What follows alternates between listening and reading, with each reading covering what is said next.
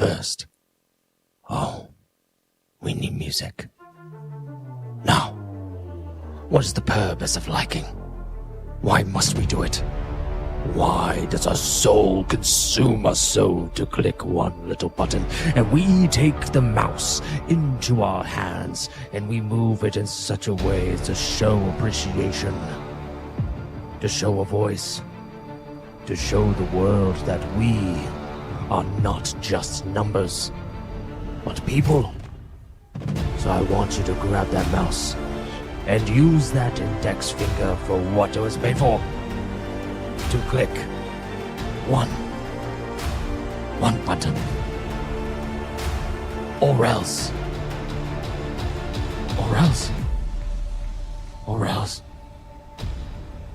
Alyssa Mercante is gonna chop your dick off, man. Like that's really gonna happen.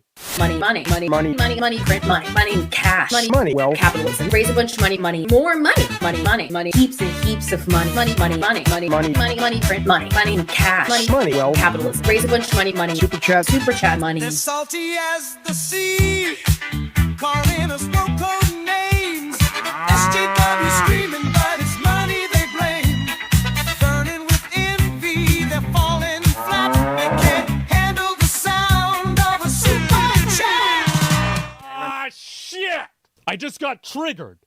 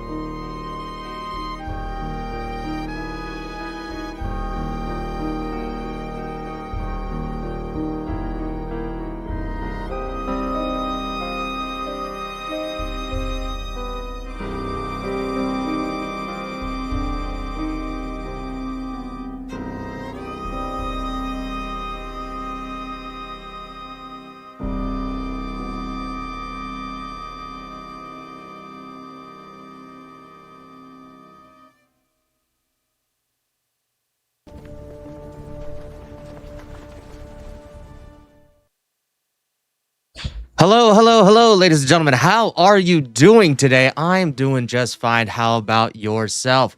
I'm just kind of chilling here today. Why is my...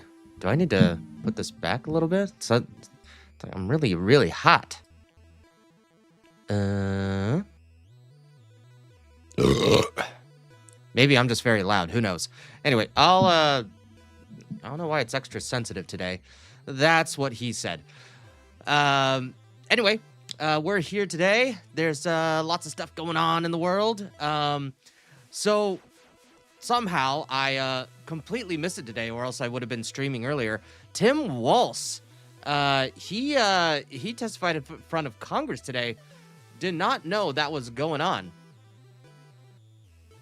What the? Okay. Apparently I'm not getting my chat. Oh, there it goes. Okay, that was weird. Hello, Mr. Nobody, chilling in the cold night. Well, hopefully it warms up over there. You got a blankie or something, maybe a nice warm robe with some hot cocoa. I really do hope the best for you. But anyway, guys, what did you think of that that last little video there? That's gonna be a part of my upcoming video. Man, the worst of the worst happened yesterday. So, and this morning.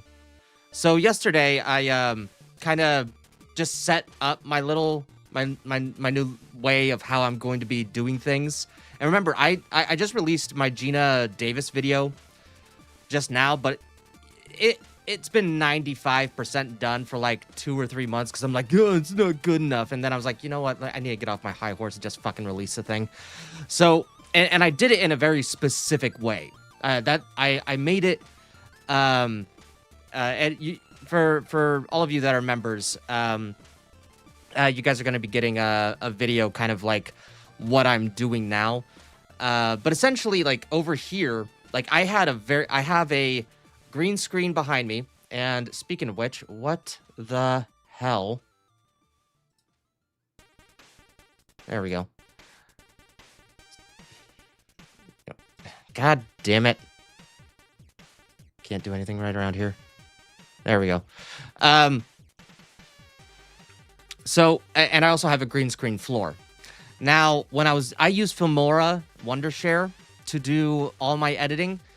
And before, when I was doing my editing with the last video, it was just fine. You know, you hit the chroma key and it finds kind of the green that you want, and then it works just fine. But now it's way more manual, and it really chooses a green. And the green for my floor, my floor green screen is just a slightly different color. So I was like, okay, maybe I'm just not understanding the new thing. Maybe it's my lights. Maybe it's because I'm further away than last time. But I'm like, oh, that shouldn't be the case. But okay, you know, I'll just do a little bit more. It's kind of weird, but I'll do a little bit more testing in the morning. And this morning I started. I'm like, okay, let me do a test before I start recording. And holy crap, everything went wrong. I didn't know how badly their updates were gonna be. Like I couldn't get the green screen like to work at all. So eventually what I had to do is I had to do a mask from like my shins down. So essentially there's going to be a mask for where this green screen here goes down, and a mask for when my floor green screen goes. So there's going to be essentially layered on top of each other 2 different videos that I need to group together and edit together. It's going to be a pain in the literal ass. But I'm going to do it. So anyway, so a little bit of breaking news. I changed the title of the stream today because I had no idea Tim Walz was going to be at Congress. So that's actually where we're going to start off today, because there has to be some heated interactions. Cannot wait, and I hope you guys can't either.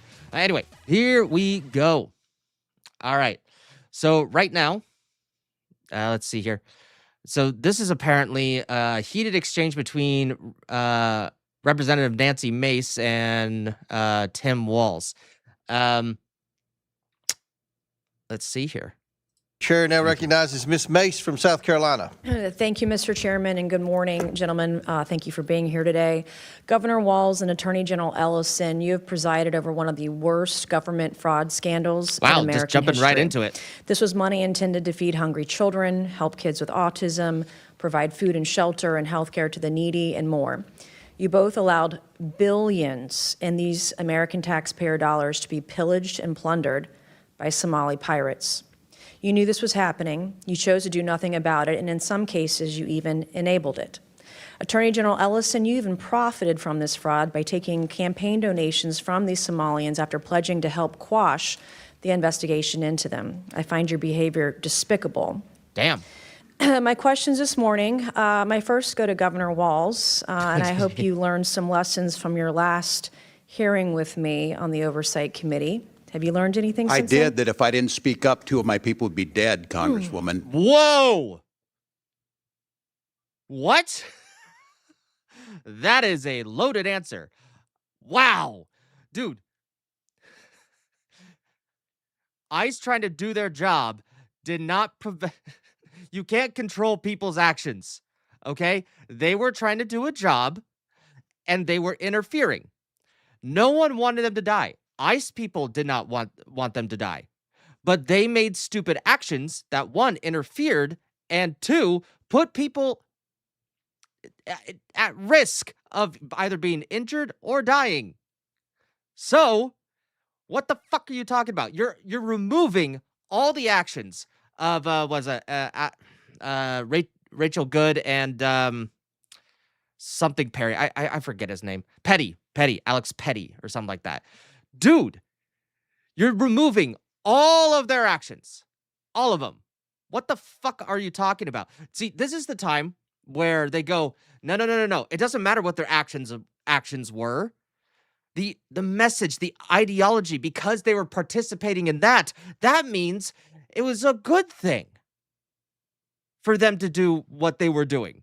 Now, in regards to Petty, look, there does need to be an investigation towards exactly what happened, because that's just a kind of a clusterfuck mess. Like, he did have a firearm on him, and it looks like that there's miscommunication between the officers. But so I'm very, very keen to see some body cam footage. But Jesus Christ, dude, you are here because of the billions and billions and billions of dollars in my tax money, your tax money. All she was talking about was the fraud. She wasn't even talking about ICE. So it looks like you didn't learn any lesson whatsoever. And I warned you. Okay, Miss Governor Walz, what is a woman? Have you learned that lesson? Do you know what a woman is? I'm the governor of Minnesota, Congresswoman. know what a I'm not woman here is? to be your prop for your obsession. So I if you taught middle can't school, your define what a obsession. woman is, you certainly can't define what fraud is. If you can't even define what a woman is, you can't define fraud. How much money? And I think that's more than reasonable. How am I supposed to trust someone saying that they've got facts on a situation if they're a flat earther? Like, no one's going to take you seriously if you can't even clarify objective facts. Knowing what a woman is has been known for thousands of years. Hell, millions of years. At least, the animals knew what they were talking about. They were able to snuff that out pretty quickly, along with us. Yeah. So yeah, how come? So essentially, I kind of like where she's going at here. It's like, if you cannot define one thing, how can we trust you to define another? I mean, is it a little far-fetched to a certain extent? Yeah, kinda. But this is where we're at, people. People can't define things anymore. It was spent on autism in Minnesota in 2017, Governor? I don't have those numbers in front of me, Congresswoman. Did you prepare for this hearing today? Did you do any preparation I take for this hearing Congress today? seriously. And you've seen the numbers about autism fraud in Minnesota. So we're going to do some Minnesota math with you today, okay? Are you ready? How much money was spent on 2017 for autism in Minnesota? How much? I don't know. I wasn't the governor. Okay. Did you not just I think that's kind of her point. say that you prepared for this hearing today? $1 million, okay? A quick Google search or using your AI could tell you $1 million was spent. How much money was spent on autism in Minnesota in 2024? What was it? I don't have the number in front of me. Over 100 Were million. you I know governor in that. 2024? I was, but I'm not the Okay, head so of your HHS. excuse before that you didn't know what 2017 autism numbers were because you were not governor, and today you can't answer the numbers about 2024 as governor. And you still said you prepared for this hearing today. It's unbelievable. $343 million was spent in 2024. What percent increase is that from 1 million to 343 million? What percentage increase is that? I'm not here to be your prop. Go ahead and tell me. You're here to be the governor of Minnesota and use our federal tax dollars that we give you appropriately. I would think that you would want to know those numbers, Mr. Governor. Well, are you governor of Minnesota or not? Yes, I am. I'm not. Well, I'm when not I'm a prop governor of for a South member of Carolina, Congress. you can sure as hell bet. Yeah, okay, let's not answer the question. Let's not answer the question. I'm not going to be your prop. I'm sorry. It doesn't matter whether you're a prop or not. It's still true. It's still stuff that you should know about. It's still things that you should have prepared for. But you didn't. That I'm going to know the math. The math is 34,200% increase. Jesus An increase Christ. of 343 times what it was in this time period. Do you know the number of children in Minnesota? I know that Minnesota ranked as a top 3 state for children in the last year. What is the total population in Minnesota? 5.7 million. Okay. What is the total population of children in Minnesota? I don't have the number in front of me right now. Are you governor of Minnesota? I know 400,000 were cut out of health care last week by the actions you made. Nope, that is not what happened. They are still receiving funds. They are still receiving funds. They're just cut off to a certain extent so that you can do your fucking audit and do an actual investigation and give them numbers and clarification that the money is going where it's supposed to and people are being cared for, that American citizens are being cared for. Apparently, you just don't know what the fuck you're talking about. And well, he's defensive. He's defensive. I mean, I get it.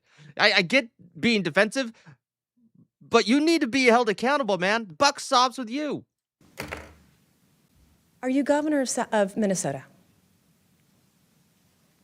I am. And you don't know the number of children residing in Minnesota? I don't have the specific number. It's 5.7 million. That's your total population. What is your age? What is the age? 0 to 5? 0 to 19? You have approximately 1.2 million children in Minnesota. What I'm not age? even governor of South Carolina. Our population in South Carolina is 5.5 million. We have approximately 1.1 million children under the age of 18 in my home state of South Carolina, okay? As governor, I expect you to know this information. Thank God you're not Vice President of the United States. Do you know approximately how many children in Minnesota are autistic or on the spectrum?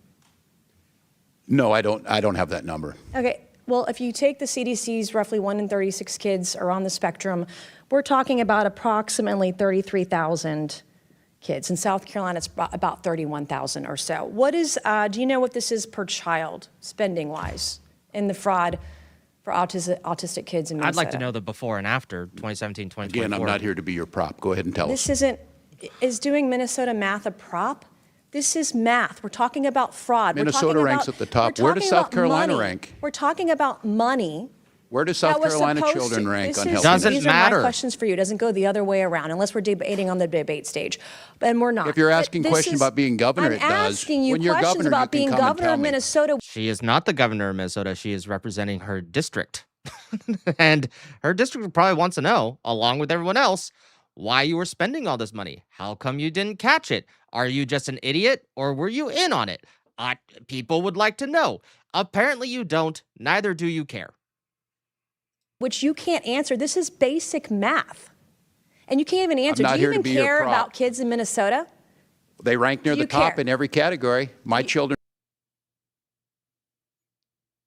So you're saying it's being spent wisely? Or it's not being spent to them at all? Because if it's not being spent at all, or there's a huge pile of money going to people who it shouldn't, then you probably should not be receiving that amount of funds. Are fed. Do you care My children about are autistic housed. My children children have getting health the care. services they need in My Minnesota? children have the best No, schools. you don't. Mr. Chairman, I yield back. Mr. Chairman. Gentlelady yields back. Mr. Chairman. Who's, Ms. Mobert? Yes. Mr. Chairman. Oh, Mr. Mace. May I make my two motions? Proceed. Okay, thank you. Mr. Chairman, I move that the committee issue a subpoena to the Honorable Pamela Jo Bondi to appear before the committee for a deposition regarding the department's handling of the investigation into Jeffrey Epstein and his associates and compliance with the Epstein Files Transparency Act. A motion has been made. The committee will hold this motion in abeyance until the end of today's hearing. The committee will now proceed with today's hearing. Mr. Chairman, She said two. I move that the committee issue a subpoena to the Office of Congressional Workplace Rights for the awards and settlements paid pursuant to Section 415 of the Congressional Accountability Act prior to December 12, 2018, with only redactions allowable for the personally identifiable information of victims, alleged victims, and witnesses. Thank you, ma'am. I mean, that has nothing to do with hearing, but she can make that motion, I suppose. I mean, the thing is, like, people don't understand that, like, Republicans are still even a little bit pissed at Trump, too, in regards to the Epstein files and, like, well, maybe not Trump, but Pam Bondi and a big slice of cash patel of like, what the fuck is going on here? Like, you guys are releasing them, but you definitely aren't doing what we told you, and you're not really giving us a lot of explanation here. I mean, I've tried to give them a fair amount of kind of leeway in the sense of like, look, if it's millions and millions and millions of documents, I get it. But an update would be nice. Or what the fuck is going on? A motion has been made. The committee will hold this motion in abeyance until the end of today's hearing. Oh, and Recognizes and we got Jim Jordan. He should the be chairman of the House Judiciary Committee, Mr. Jordan from Ohio. Thank you, Mr. Chairman. Governor, why didn't you tell the truth? Why didn't you just tell the truth about the Feeding Our Future program? This program, my understanding, received $3 million the first year. Within a couple years was getting $200 million of taxpayer money. Whistleblowers raised concerns. As the chairman said, auditors raised concerns. Everybody raised concerns. March 30th, 2021, the payments are stopped. And a little over a month later, the payments are restarted. Why didn't you tell the truth about why you restarted the payments? Wait, what? Hold on. Thank you, Mr. Chairman. I kind of missed Governor, that. why didn't you tell the truth? Why didn't you just tell the truth about the Feeding Our Future program? This program, my understanding, received $3 million the first year. Within a couple years was getting $200 million of taxpayer money.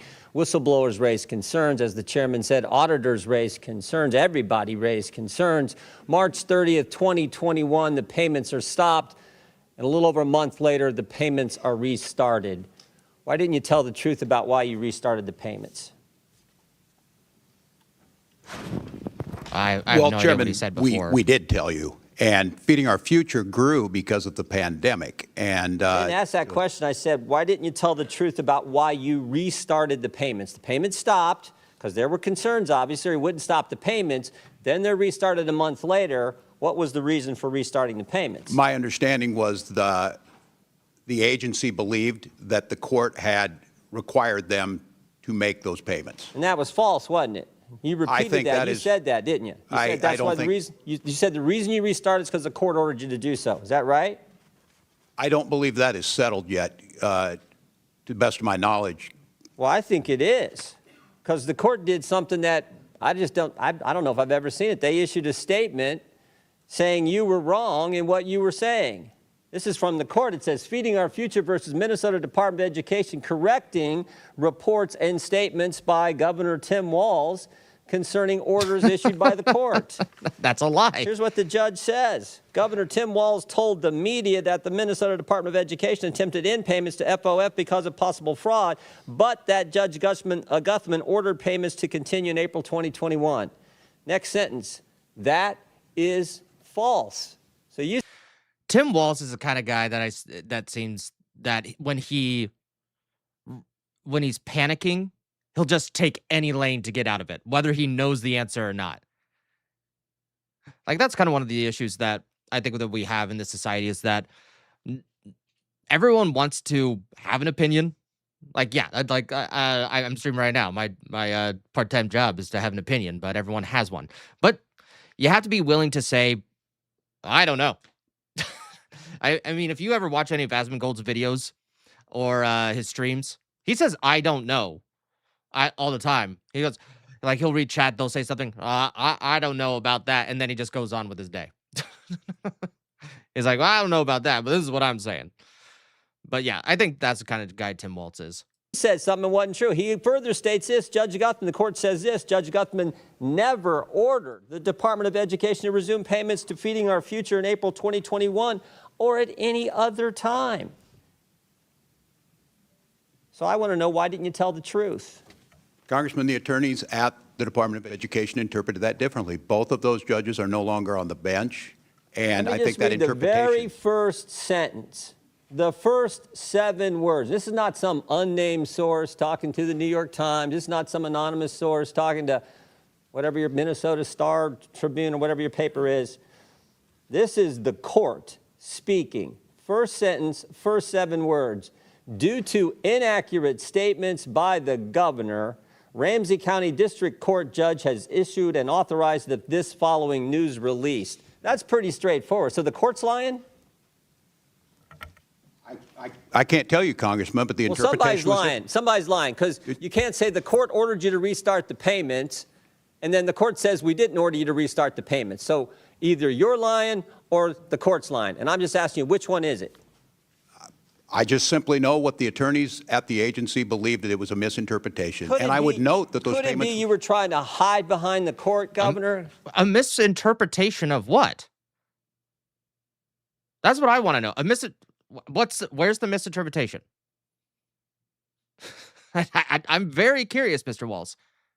What's the misinterpretation?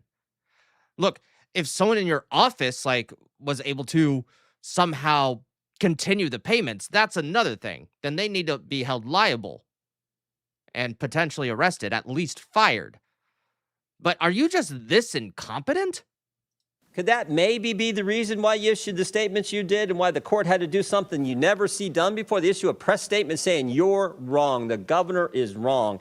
By the way, judges, just in general, whether they're, woke libtard judges or Republican or neutral, it really doesn't matter, from every spectrum. Judges really do not like making press statements.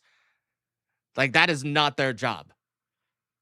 So when they have to do a press statement being like, what the fuck you talking about? Then that's actually a pretty big deal.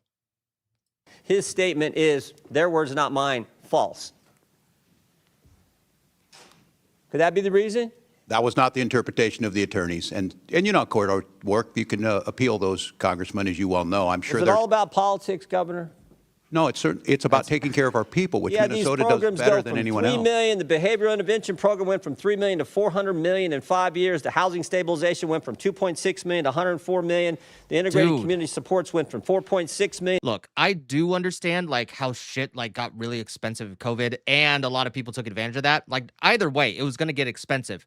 But why did those payments continue into 2024? I'm sorry, look around. A lot of people, were affected, and it took them a long time to get back on their feet. I'm one of them. But look the fuck around. Everyone is pretty much okay. In $170 million in 3 years. And this is unbelievable what's happening, and you're trying to hide behind some pretend court order, some court order that didn't exist. Governor, who's Casey Magan? I don't know who Casey Magan is. Well, I'll tell you. Mr. Magan is a Somali American and a fraud investigator in the guy beside you's office, in the Attorney General's office. And here's what he said. There was a perception that forcefully tackling this issue might cause political backlash among the Somali community, which is a core voting bloc. Did that have anything to do with this whole fraud scheme that went on? Wait, hold on. I missed that. I was kind of doing something. Investigator and the guy beside court order that didn't exist. In 5 years, is it all about politics? And $1 million, the behavioral intervention program went from it's about taking care of our people, which, as you well know, interpretation of the attorneys. And court work, you can appeal those, Congressman, as you well know. I'm sure is it all about politics, Governor? No, it's about taking care of our people, which Yeah, Minnesota these does programs better go than from anyone $3 else. million, the behavioral intervention program went from $3 million to $400 million in 5 years. The housing stabilization went from $2.6 million to $104 million. The integrated community supports went from $4.6 million to $170 million in 3 years. And this is unbelievable what's happening, and you're trying to hide behind some pretend court order, some court order that didn't exist. Governor, who's Casey Magan? I don't know who Casey Magan is. Well, I'll tell you. Mr. Magan is a Somali American and a fraud investigator in the guy beside you's office, in the Attorney General's office. And here's what he said. There was a perception that forcefully tackling this issue might cause political backlash among the Somali community, which is a core voting bloc. Did that have anything to do with this whole fraud scheme that went on in your state, Governor? It did not, Congressman. Did not. So you're saying Mr. Casey Magan is lying too? I'm not. You're the only one telling the truth in the whole state. Mr. Magan, who's a fraud investigator at the Attorney General's office, says it's politics. The court said I couldn't speak for Mr. Magan. You asked me a question. I got to pull out my stream right now. If you want Mikado to have second chance, you should vote ASAP. I'm sorry, man. I'm right in the middle of the stream, but thank you for stopping by. I know. I'm asking. And I said no when you asked me the question. I'm saying Casey Magan said just the opposite. I don't know. So the court's wrong and Casey Magan's wrong. You're the only guy right. How many people have been indicted in your state? No, he's just the only one aloof and dumb, or playing dumb. Right now, do you know, Governor? I don't have those numbers with me. You don't? 98 people been indicted. You happen to know how many are Somali American? I don't. We don't investigate or prosecute people based on ethnicity, religion. Neither do I. We shouldn't do that. But Mr. Megan is a Somali American who just said that the core one of the concerns was this is a core voting block. And I just want to know if you know how many of the 98 people who have been indicted in your state are Somali. I don't. Their ethnicity is not my concern. 85% of the people indicted were Somali American, key voting block, and I think that's what drove this whole thing. I think that's exactly what drove this whole thing. There was too much money to say no. Let's see. What else we got going on here? Let's see. There's the whole hour stream. Nancy Mace, Jim Jordan's. Let's see here. James Comer clashes with him as well. I'll now recognize myself for I know, 5 minutes. like right in the Governor beginning. Walz and Attorney General Ellison. My questions are going to be simple and direct. Governor Walz, you were inaugurated as governor on January 17, 2019, and have served in that role through 2 terms ever since, correct? That's correct, Mr. Chairman. During the time period 2019 and 2020, while you were serving as governor, isn't it true that state auditors and officials raised concerns about fraud and vulnerabilities in programs we heard about overseen this. by your administration? I can't confirm that, but I'm assuming we have always ongoing OLA. I'll take that as a yes. Those warnings were communicated to senior officials in your administration, including yourself, correct? I can't speak if it was directly. I think the correct answer to that would also be yes. Despite those warnings, you did not order a broad stop payment or suspension of payment in any program at that time, correct? We're not going to stop payments of Feed Children until we have the proof that things happen. In 2019, we did start taking action. I went to the legislature. That legislative Governor session. Walz, when fraud concerns were raised early in your tenure in the Child Care Assistance Program, did your administration stop payments at that time? The Child Care Assistance Program and The answer is no. When fraud concerns were Would you like raised, me to answer or not, Chairman? well, it's yes or I'm no. trying, I want you to help. You've already answered the question. You said you didn't ever stop payments, and that's what the problem is, and that's what the Democrats are complaining about. Oh my gosh, Trump stopped payments. Well, my God, you lost billions to fraud in Minnesota. That's what this hearing's Mr. about. Chairman, you didn't stop payments because you didn't want to rock the boat. Look, I understand what Tim Walz is trying to say. It's like, hey, don't want to completely stop payments, when there's, hungry children involved. I totally get that. But the problem is, like, look, say the fraud was, I believe he said 2019, right? Or 2018, 2019. Let's just say they're like, hey, we got some concerns. It's like, okay, let's keep the payments going so we can catch them in the fraud, right? But then what happened? Apparently nothing. I raised the concerns and I didn't stop the payments. Did anything happen with it? No, but I raised concerns. It's like, so you just let it happen for, let's see, 2018, 2019, 2020, 2021, 2022, 2023, 2024, 2025. So you just let it happen for 7 years? Like, what are we talking about? And when fraud concerns That's not were correct, raised, Chairman. when fraud concerns were raised in Medicaid, home and community-based services, did your administration stop payments? No, you did not. When fraud concerns were raised in non-emergency medical transportation, did your administration stop payments? Chairman, if I could mention what a stop payment meant by what the administration did last week is 400,000 children without health care. Are you stopping payment? That is not what it is. There's still plenty of money in their rainy day fund and including the stuff that's already been sent to them to fulfill those payments to people in need while you get your audit together. Apparently, you don't know how to read. If one person... We believe that's your fault and the Attorney General's fault because you do nothing about fraud, even though everyone in America sees Our Medicare with their error own rate is eyes lower than your the state. fraud. You have been... Apparently not.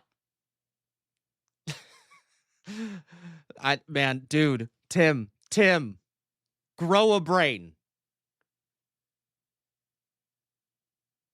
Grow a brain, Tim. defrauded. You have not been good stewards of the taxpayer dollars.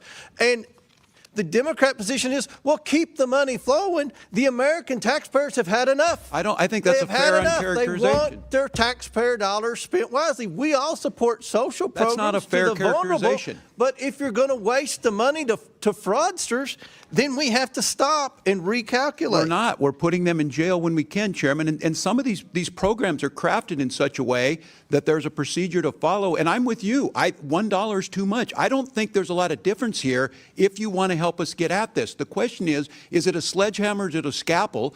I understand there's no political upside. Let's get into what we've talked. There clearly is a political upside. If you were ignoring it, thought that you wouldn't get caught, and the same people that you were giving federal dollars to, federal tax dollars, and Minnesota state tax dollars to, would fund your campaigns, other Democrats' campaigns, all the way down from the local level, all the way up to the state level, all the way up to the federal level. So shut the fuck up. Dude, the mayor was partying with these people.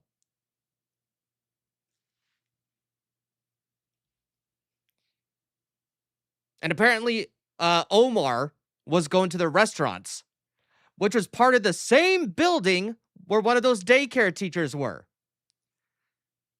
And you just don't want us to connect the dots?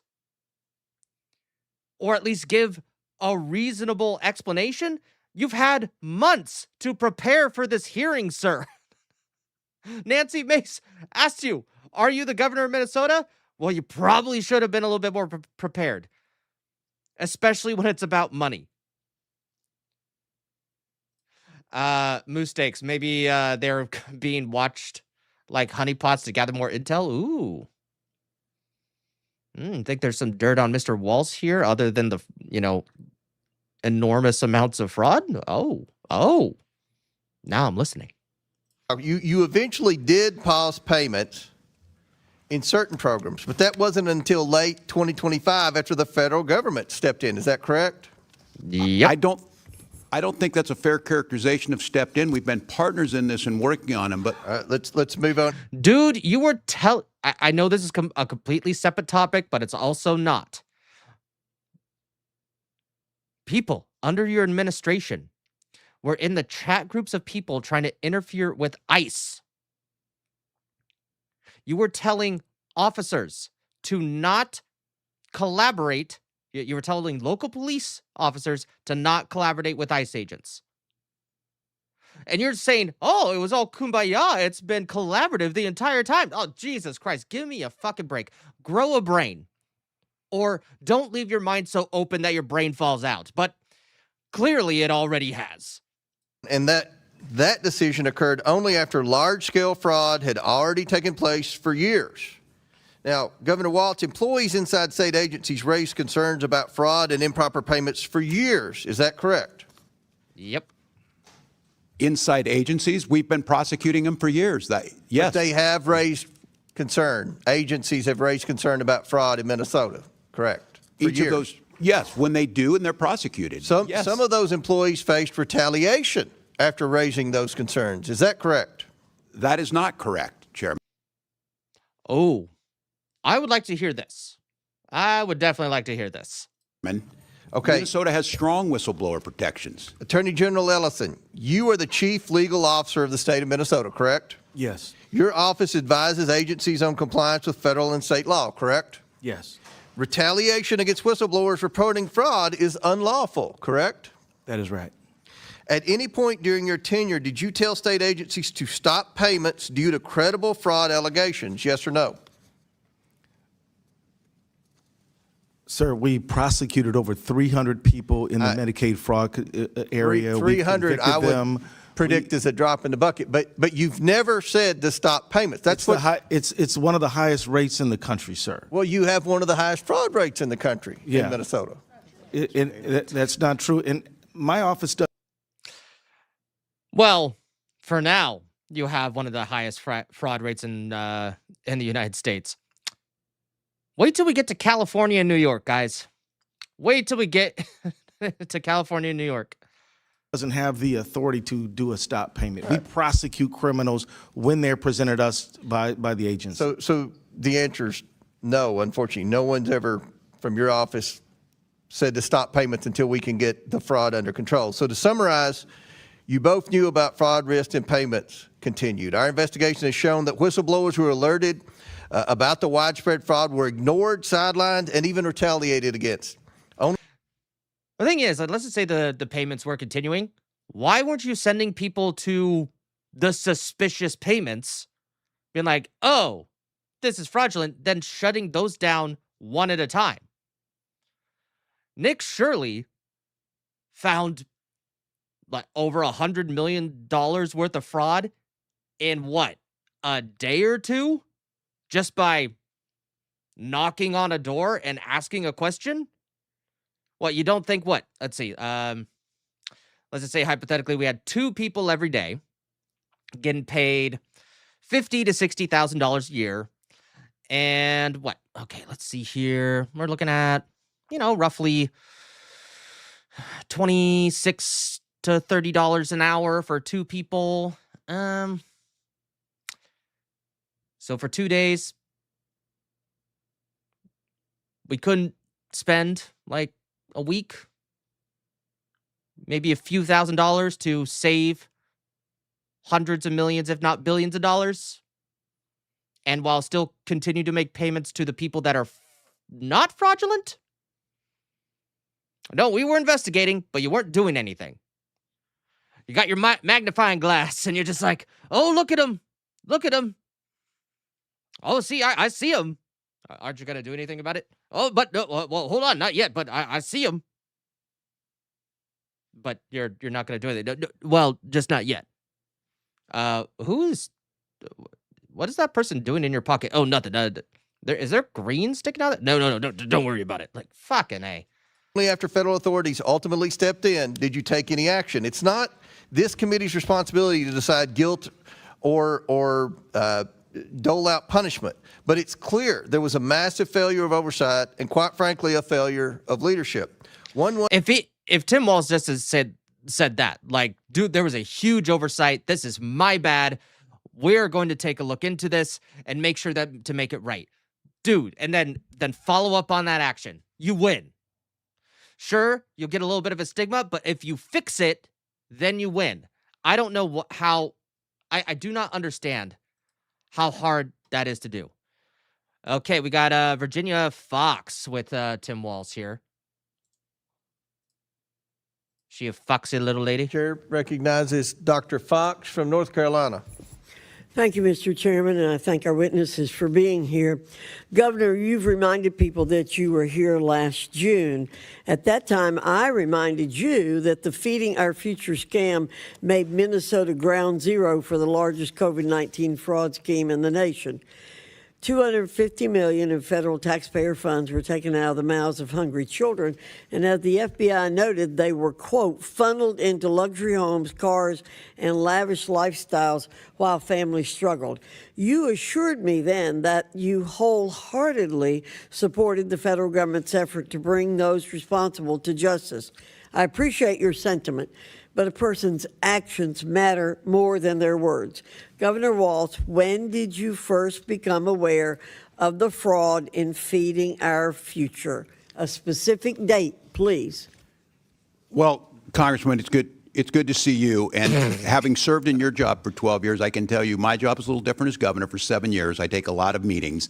I certainly wouldn't specifically state, but I think during that pandemic, I think by late 2020, we started to see the irregularities. They were flagged. And I will note that we cooperated. State officials were aware of the fraud in early 2020. So you're asking when I, in my office, the governor became good, and I don't have a specific date. Okay. But what I would say is we provided witnesses. Then generalize. They'll even take that. They would literally take that, like probably around fall of 2021, 2022, 2020. Give an answer. Documents, the U.S. Attorney and the FBI, and 79 of those people have been prosecuted going back to 2022. Okay. Well, when I was chair of the Committee on Education and Workforce, I issued you a subpoena in September 2024 because you and your administration were not forthcoming about how your administration, quote, failed to identify what has been described as the largest pandemic fraud in the nation, end quote. In September 2024, you were aware of the Feeding Our Future fraud and your administration's handling of it, correct? Yes or no? 2024? Yes, by that time we had already put people in jail Okay. and had extensively This investigated. This committee How long has were they in testimony jail? that the Minnesota Department of Education briefed your office about the Feeding Our Future's draft lawsuit and litigation hold on April 28th, 2020. Let me jog your memory. Is that correct? I can't speak specifically to that. And Okay. if it's it my was April 2020. That means Feeding Our Future. Dude. See, here's the thing that when you're calling people out, especially if they're in the government, here's what all these congressmen, senators, what have you, when you have a politician in front of you, you are very well aware that they have staff that can look into all this for you and then have a briefing before a hearing like this so that you have the available information to answer Congress. So this is my theory. So when they're looking at him, they're like, you literally could have hired an intern to do this. And you couldn't even do that.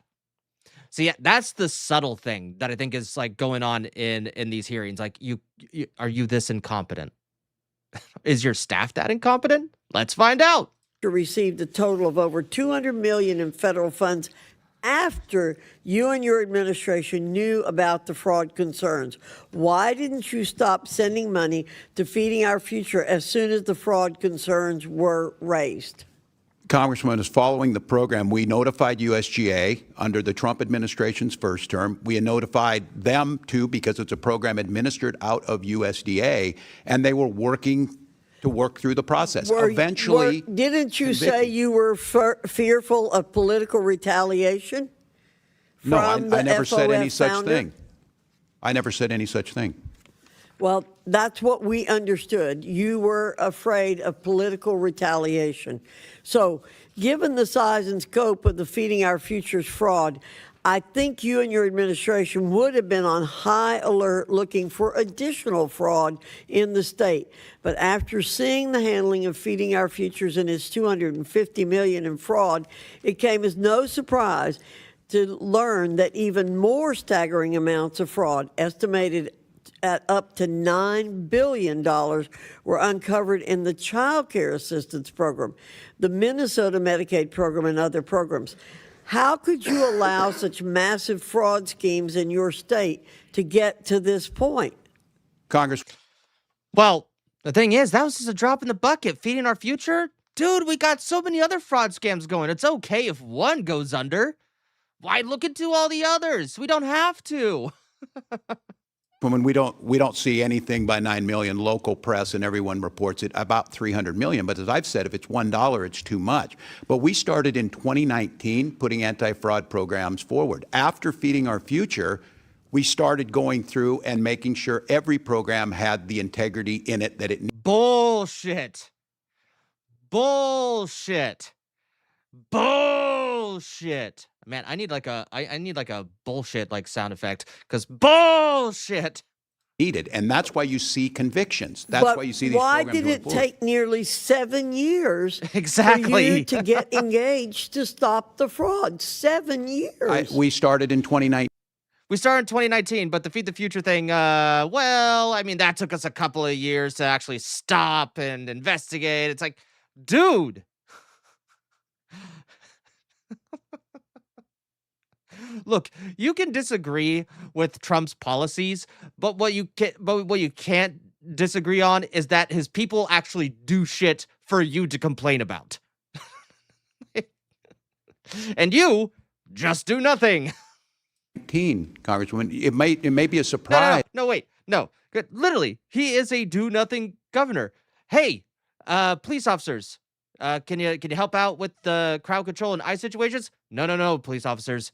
Do nothing. Hey, there's a bunch of fraud going in. Should we do anything? No, look at it.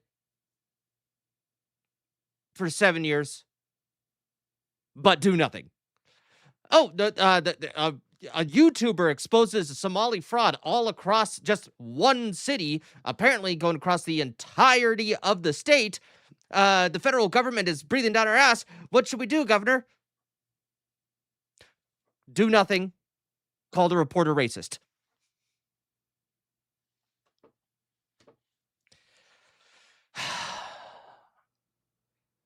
Dude, this is Joe Biden Jr. right here, just in governor form. If you arrest someone for stealing a car, other people are still going to try and steal cars. What we've tried to do is bring program integrity, but I'll go back to this. We're not going to shut down programs that have things that are going well in it, and we need to find that proper balance. And I've acknowledged that every year we're putting things in place. And Inspector Governor General. Governor Walz, you did not do your job. You did not do your job. You did not protect taxpayer dollars. You allowed massive fraud. You and Mr. Ellison allowed massive fraud to go on in the state of Minnesota. And it is unfortunate, as somebody said, that you can't be held personally responsible at this stage of the game. I yield back, Mr. Chairman. Damn, that old lady's got some fire in her. I wonder if she's single. Let's see. Claims against immigrants are for Ro Khanna. Okay. A Democrat on Democrat. I'm told Trump's been anointed by Jesus to cause Armageddon. What the hell? In Iran. Without objection, so ordered. What the hell is going on with this sound? Does this continue? What would you want? Struck that by the people, white Americans. Thank you, Congressman, and thanks for and that. Okay. Whoever recorded that was really dumb. All right. The hearing is about placating Trump. Republican Rep Minnesota confronts Gov. Walz on ICE and welfare abuse. All right. Let's see here. Gentleman yields back. Now, Chair recognizes. What the hell is with the DRM news? Okay. Maybe this one will be better. Following breaking news, where Minnesota Governor Tim Walz and his Attorney General Keith Ellison are testifying before the House Oversight Committee in the nation's capital. He's been grilled by Republicans on fraud accusations, and Democrats are trying to shift the focus to. Okay, no, that's just a report.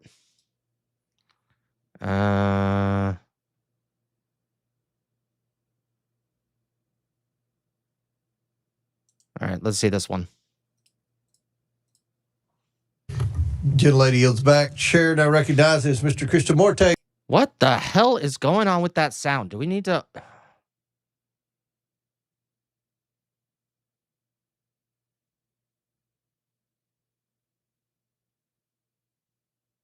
All right, one more, and if it's another fucking... Chair now recognizes all right, there we go. Our Majority Whip, Representative Emmer from Minnesota. Thank you, Chairman Comer, and actually thank you, Governor Walz and Attorney General Ellison, for appearing before the committee today. Gentlemen, let's see if we can agree on at least one thing today. Today's hearing is titled Oversight of Fraud and Misuse of Federal Funds in Minnesota. Can we agree that this fraud is a serious thing, Governor Walz? Yes or no? Can we agree on that? Yes, any fraud is serious. Thank you. Because it's interesting that you and I agree that it's a serious thing, considering the man sitting next to you, your Attorney General Keith Ellison, just 2 months ago said, quote, "This is a political matter. This is not a serious thing," end quote. Attorney General Ellison, is there an organized crime ring operating in Minnesota?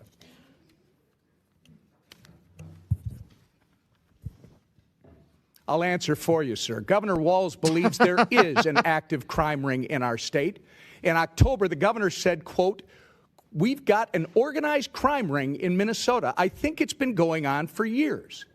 Moving on, Mr. Ellison, I, along with millions of Americans, have grave concerns over your alleged relationships with Somali fraudsters who have since been charged and convicted of federal crimes.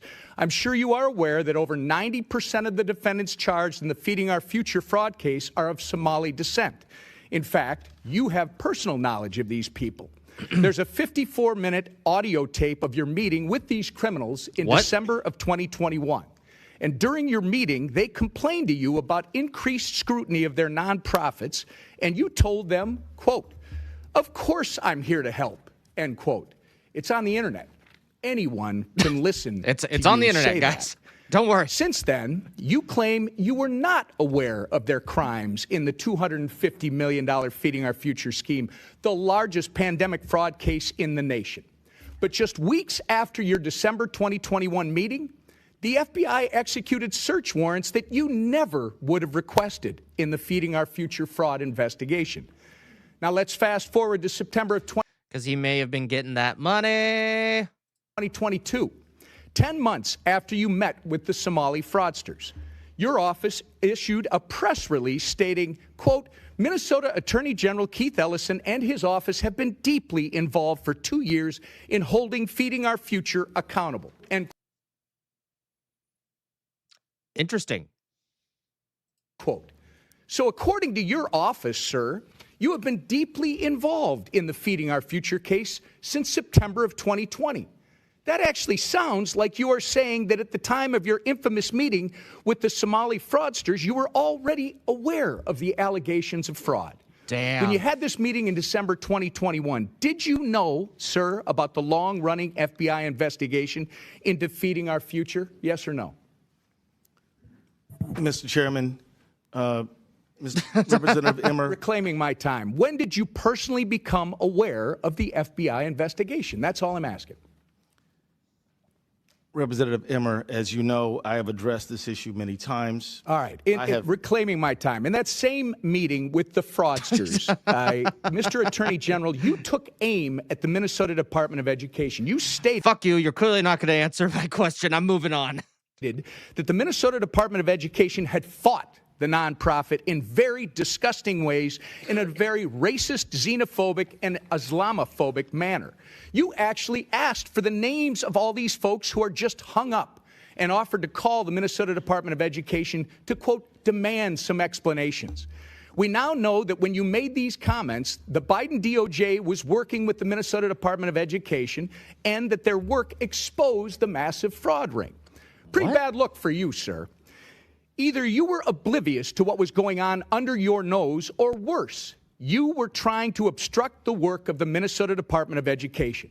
So wait, the Biden administration looked into it, did search warrants, and then still nothing really happened? Wow. Wow. Look, I could see Tim Walz squirreling his way out of this. I don't see this guy. I definitely don't see this guy squirming his way out of it. So I can see the time is getting short. Mr. Chairman, we are left with two questions. One, what did Governor Walz and Keith Ellison know about the fraud? And two, when did they actually know it? I would suggest that if they do not give direct and truthful answers to both these questions at this hearing, then they both need to be put under oath in a deposition. This is a serious thing. This isn't a deposition, it's a hearing. Mr. Attorney General, you are the only one who thinks protecting taxpayer dollars is political. Mr. Ellison, my concern is that you actively obstructed this investigation in exchange for campaign donations, a quid pro quo. If these concerns are proven to be true, you should be disbarred and you should go to jail. I yield back. Damn. All right, I think that's enough. We're going to go to Tim Walz. Racist or Islam? Oh, wait, one more. Homophobic to highlight and try to stop fraud? It is not, and I certainly wouldn't It's know. not, but that was the message your administration was sending to multiple whistleblowers. I can't speak to that. You can't speak to that. You know, you don't want to speak to that, I think. You just don't. You don't know anything. I do know that we have strong whistleblower protections, and I can't speak. That's not what the whistleblowers are saying. I can't speak to it, but are you going to take responsibility for this? I supervise 40,000 employees. State agencies You have their own. supervise a lot of employees, and as you have said, the buck stops with you. And your administration has treated whistleblowers like absolute dirt, and that's a big reason why we've seen so much of our hard-earned tax dollars defrauded. Governor Walz, are you familiar with the early intensive developmental and behavioral intervention benefit? Autism. I am, Congressman. Got it. It's a provide services for autism patients. Is that right? That is correct. Got it. And when did you become governor? In January of 2019. In 2019. Okay. So using 2018 as a baseline, do you know what that program paid in Medicaid claims? I do not, Congressman. Over It's about $671,000. Do you know what that program paid in Medicaid claims in 2024? I don't have the number in front of me. $342 million. That's about I was right about 500x increase over 6 years. Was there 500 times the number of autism patients in that time period? People claiming they are. Speak specifically to it, but I will say, Congressman, that doesn't sound reasonable, right? You don't think there was a 500x increase in the number of autism patients in 6 years, right? Correct, and that's why we ordered on-site visits starting back in 2024. So we agree that doesn't sound reasonable. Yeah. Dude, I remember the live stream while we were reacting to Nick Shirley's investigation video into all of this. We looked into the websites, and it shows, and they were trying to hide it, but it shows that they were having like visits by people, and they passed with flying colors when they clearly wouldn't pass. And the thing is, the person would, whoever was, going in and investigating would, and the thing is, that's usually a yearly thing with like daycare centers, like 6 months to a year, or there's random check-ins, stuff like that. Like, there's things that you write down that they can improve on. Like, hey, this needs to be labeled. Like, I remember seeing that there. And hey, this needs to be done. And that happens all the time, guys. So when you look at those forms, and I do know that they'll come right back to haunt Tim Walz probably in the next year or so. You'll see those, and you'll see probably Republicans like hammering on, like, why weren't they doing these little things? And it's like, no, they're not the biggest a deal. They're really not. It's like, oh, okay, well, hey, just inform you. I understand how this happened, but hey, let's fix this, and then they fix it. But here's my issue. Where were the fucking kids? I have a feeling that these people that check in and do inspections didn't even think about asking that question. Not even a little bit. Or maybe particularly on those days, because sometimes they are scheduled, that on those days they just had the kids of the parents that they were paying like what, $1,000 a month or something like that to come in on that day. Oh, what a very slow day. Only 3 people here. Not going to question why, you're funded for 100 kids every single day. Like, that's my prediction. I think that's exactly what's going to happen. Would you also agree that a single taxpayer dollar wasted on fraud is a dollar too much to tolerate? Yes. Yep. And would you agree that as governor, ultimately, you're responsible if tax dollars are defrauded? Yes, I would agree. Yep. Would you also agree that calling somebody racist is a serious accusation? If they are racist, I think it's probably I'm asking accurate. is that a serious accusation to make about somebody? I think it's just an observation of reality. All right, well, let's go there. Is it racist for a government official to identify fraud? Very good questioning. No. Is it Islamophobic? To identify fraud? To identify fraud? No, I don't believe it would be. How come multiple whistleblowers have said that your administration told them not to say anything about widespread fraud across multiple agencies because doing so would be considered racist or Islamophobic? I can't speak to it because it's not anything I would say. Well, dude, okay. I just came up with something. Isn't it kind of weird? Isn't it weird where we go, hey, the Italian mob, the Irish mob. No one ever goes, man, why are you going after Italian Americans, man? That's really fucking ethnophobic or racist. No one ever says that. It's like, well, look, if I'm in New York City, right? Let's just say I'm a police officer in New York City, and I find out there's a whole new mob ring of Italians within a 4-block radius, trying to get protection money and stuff like that. Does anyone in that area go, damn, it's all Italians, man. All of them are Italians. No, it's just an Italian mob. It just so happens that they are Italian, that Italians in that 4-block radius does this. No one's looking at Somalis and saying, Well, because they're black, of course they're doing it. No. That is not what is going on. This is, kind of weird how 85% of the fraud are people that were shipped from Somalia and are living here. Really weird. But no, don't say anything because that'd be racist. Come on. That's what your administration has said and has told whistleblowers. And as you just testified, the buck stops with you. That's what you stated in your statement whenever you announced you weren't running again. Are you familiar with Faye Bernstein? Yes, I'm familiar with the name. She's a Democrat, isn't she? I wouldn't know that. She stated publicly that she's a Democrat. She's only voted Democrat in her life. She's also stated publicly that she was retaliated against and called racist, and that her work responsibilities were diminished whenever she was highlighting fraud within your administration. Are you familiar with that? I couldn't speak to Why do you think she would allegation. Why do you think she would say that? I can't speak for what you she have no would think. idea. I do not. You would agree that the tone in your administration comes from you ultimately, right? The tone is that. The tone of how you might deal with whistleblowers. Right, and we protect them. It doesn't sound like you're protecting them. We heard from Representative Kristen Robbins, quote, "We have dozens of credible whistleblower reports saying the exact same thing, that people were told not to say anything because they'd be called racist or Islamophobic or it would hurt the state." Do you think it's racist or Islamophobic to highlight and try to stop fraud? It is not, and I certainly wouldn't It's know. not, but that was the message your administration was sending to multiple whistleblowers. I can't speak to that. You can't speak to that. You don't want to speak to that, I think. I have over 40,000 be employees, retaliated Congressman. against?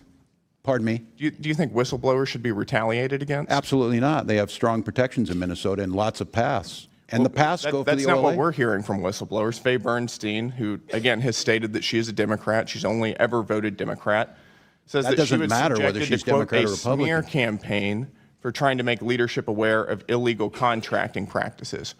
Why do you think that happened? I can't speak to that, Congressman, because we don't do it. You just don't. You don't know. But we don't do it. But we do. But we don't do it. Well, this is what happened. God damn. Know anything? I do know Hey, that King Alucard, thank you for the raid. We have strong whistleblower protections, and I can't speak. That's not what the whistleblowers are saying. According to another report, quote, "There's just a continuous effort to stifle you, to shut you up, and it's impossible to overcome." Your administration's response to whistleblowers has also been described as, quote, "nearly unbearable retaliation." We've heard claims that, quote, they've been denied vacations, promotions, and that it's hurt people's careers to speak out against fraud. Do you think that had something to do with the prevalence of fraud in your administration? I can't speak to it, but it Are you doesn't going to take happen. responsibility for this? I supervise 40,000 employees, state agencies. The buck stops with me, but it doesn't stop with me. Look, I understand that you have 40,000, employees. So that's why you delegate, and then people report back to you. Now, if you had a rogue, delegate who is doing shit behind your back, that's fine.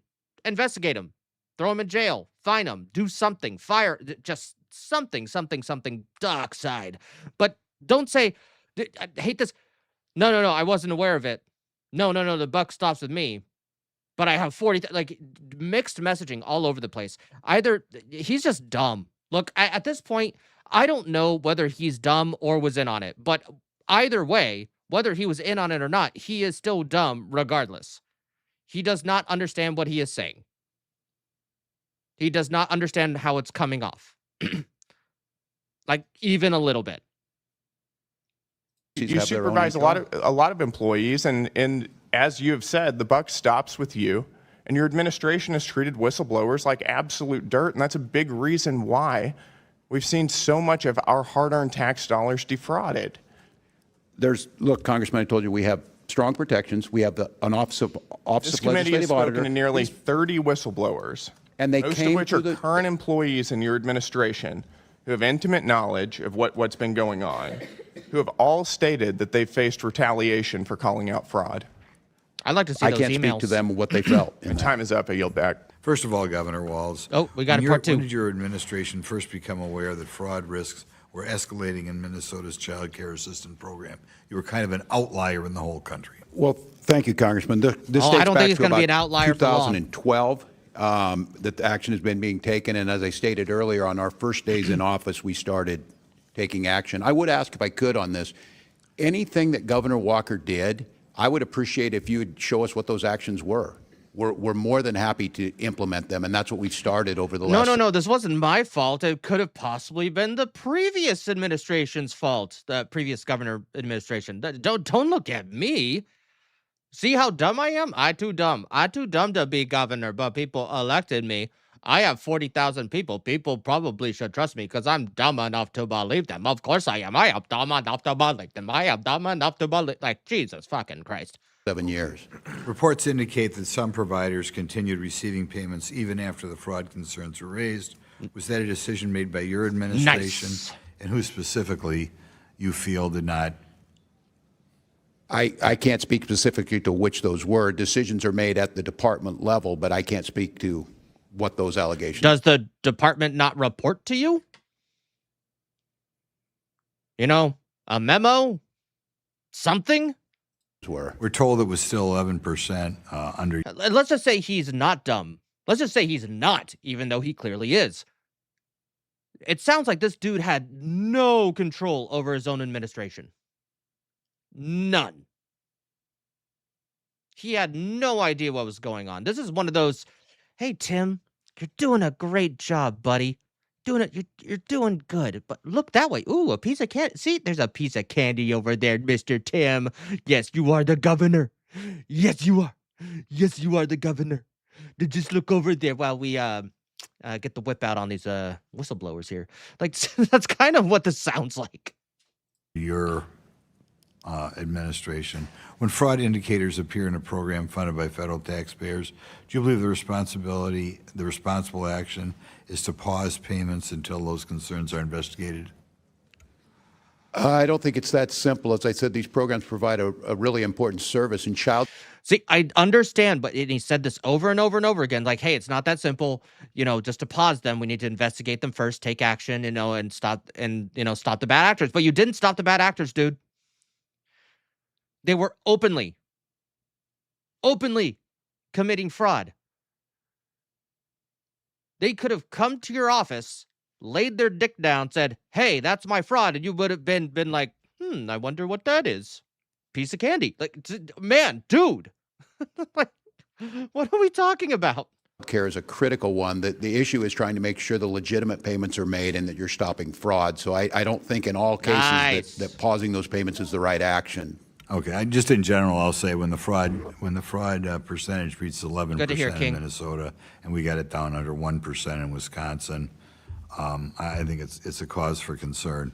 I'll give you another question because a little bit of this hearing wandered a little bit to what happened in your streets out there. When any agency comes to Wisconsin, any federal agency, I've talked to several of our sheriffs, could be ICE, could be Bureau of Alcohol, Tobacco, and Firearms, could be FBI, could be Secret Service. Our sheriffs always try to coordinate with the federal agencies, ask them what they need. Very good to hear, man. A perimeter.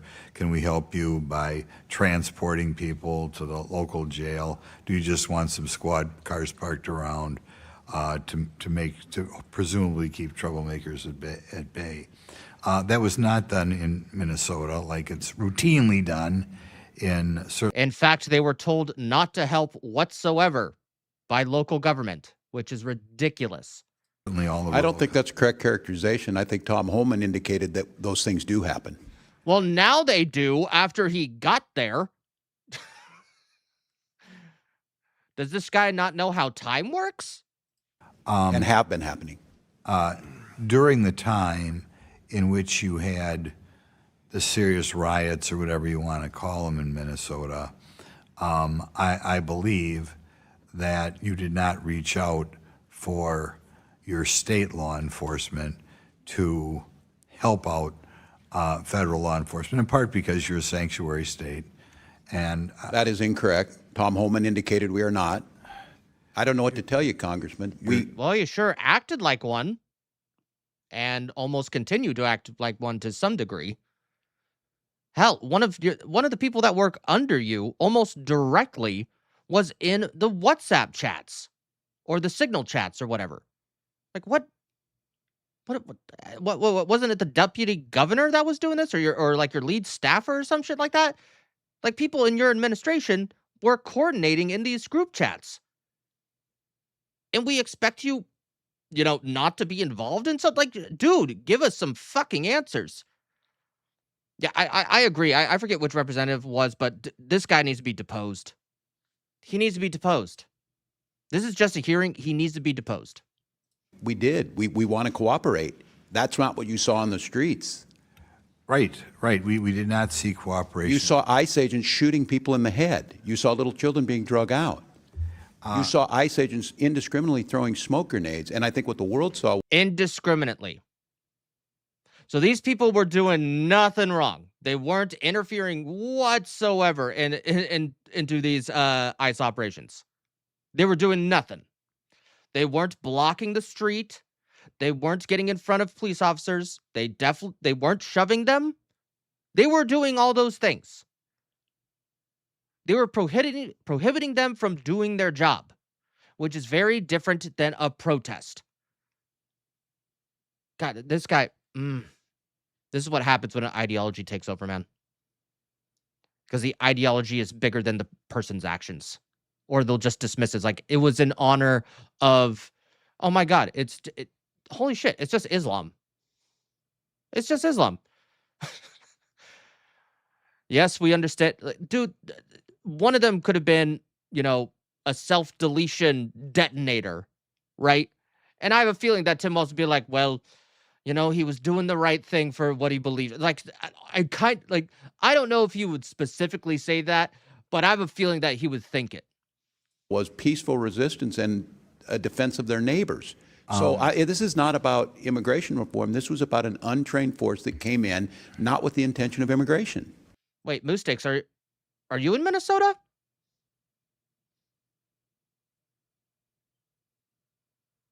Because if you saw some of that shit, I would definitely like to know more about it from like the ground level from an individual.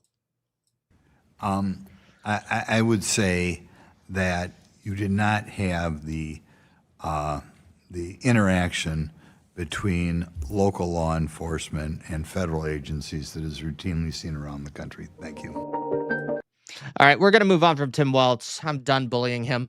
All right, before we do that, I do want to, let's get up here. I do want to show you guys, oh, on vids. Gotcha. I'm just going to show you guys a little something just because some of you came in a little late, and thanks to King Alucard. I think I already showed this to Alucard, but here's a sneak preview of what's going to go on in my next video.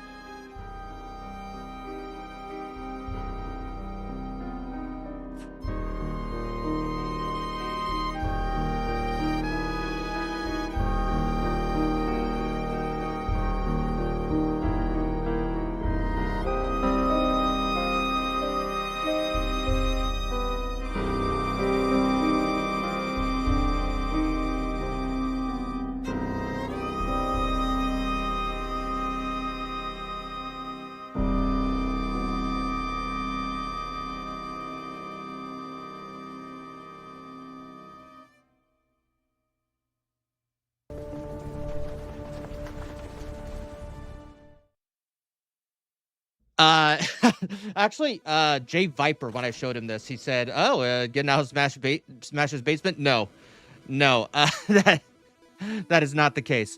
It is in regards to something else. I do understand the meme of that, but no, it is in regards to something else. As hold on, let me see. Hold on. So, as you know, I'm a green screen guy.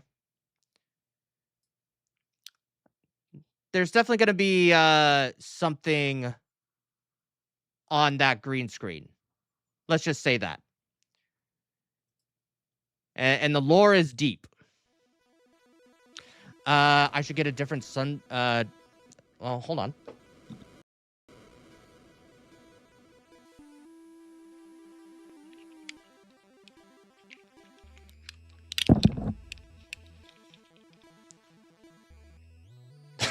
That better?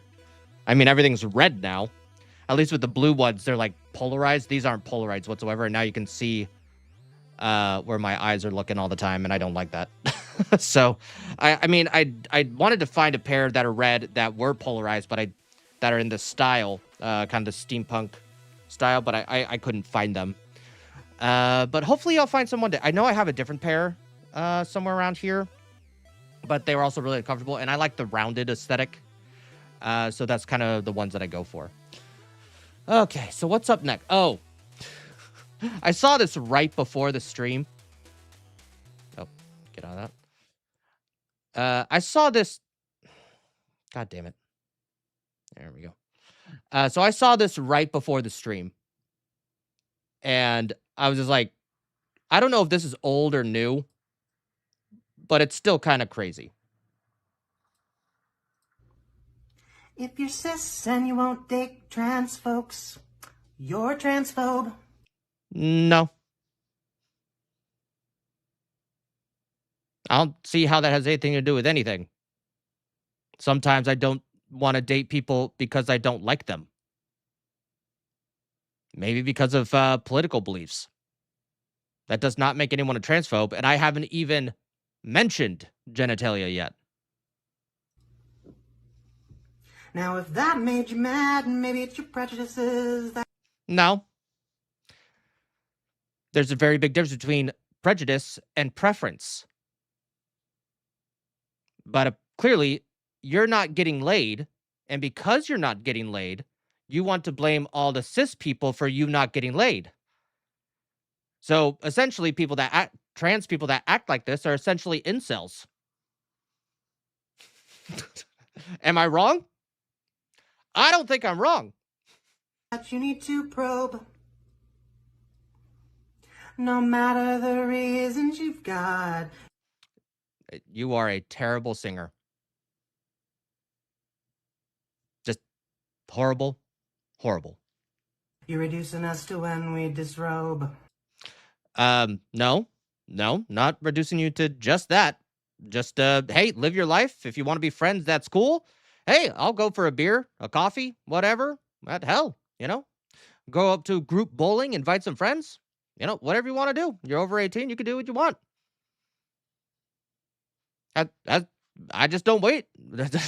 You have a penis, so it's not going to even cross my mind. And that is a preference, even though we had an entire, movement, called gay marriage that was about sex and about preference. But wait a minute. I thought back then it wasn't a choice. So hold on. Is it a choice or is it not a choice? Are you just disparaging on the entire gay marriage movement? Like, dude, these type of trans people are homophobic, man. I don't know. I don't know if I can have that here. I don't know if we can have that here around this country, dude. This trans person's clearly homophobic. Like, I mean, tell me I'm wrong. Tell me I'm wrong. And that kind of thinking ain't sophisticated. Have they even rhymed at all? Because right now, these are just all buzzwords that we've been hearing for the last 5 years that are finally dying. So they're definitely making up as they go. It's I am a victim because no one will penetrate me or let me penetrate them. You are a transphobe because you won't let me do that or you won't do that to me. But okay, it's because you're all transphobes. Has nothing to do with prejudice. I'm just a mess, so yeah. I just want to be acknowledged. I want ICE abolished because I'm a beep. Shaming has no weight when it's distributed by one that it's inauthentic themselves. Yeah, right. More like microbes. What? I know you think you've got good reasons, maybe you do. Yeah. Like I said before, it's a preference. You just don't accept that just because don't you have your Oh, wait a minute. I bet you anything. They're pansexual. Because they're pansexual, you need to be pansexual. So wait. Are they also panophobes? Is that what you would call them? Panphobic? So wait. So they're pansexual trans people. And I know people that are pan, whatever. It still just means bisexual to me, but I do understand the underlying, idea around, being pan. I think it's kind of dumb. Just call yourself bisexual and that you want to sleep with other people, but that's it. Like, you have no problem with you as long as there's communication, whatever, do you, boo-boo. You do you. But that's like, these people are like, I'm pan, so you need to be pan too. I don't think that's how preference works there. You essentially want to force an ideology and a sexual preference onto other people for your own enjoyment. Or just because it gives you attention and validation on TikTok. But what do I know? Trauma's real, it's hard to heal. I'd never say that isn't true. Oh my God, they finally rhymed. But transphobia is transphobia, and you won't get a pass when we're through. I don't think you understand what transphobia means. I really don't. I do not hate people because they are trans. If you are an adult, you can make any decision that you want with your body. You can make any decision that you want for who you marry, who you sleep with. I really don't give a shit. But when you're trying to tell people that they're transphobic for simply not dating you or having bedroom relations with you, that's just an accusation that's unfounded.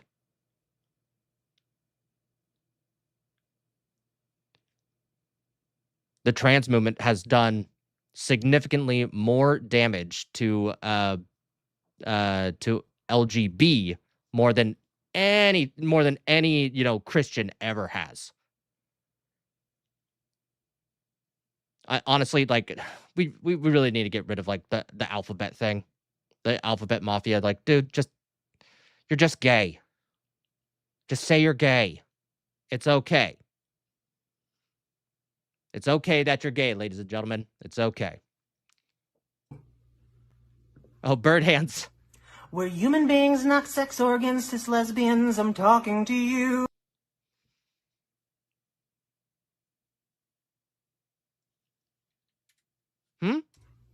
We're human beings, not sex organs, cis lesbians. I'm talking to you. No one's denying that you are not a human being. You are clearly that. Hell, wait. Holy shit. They do know what labels are. They do know what facts. Oh my God.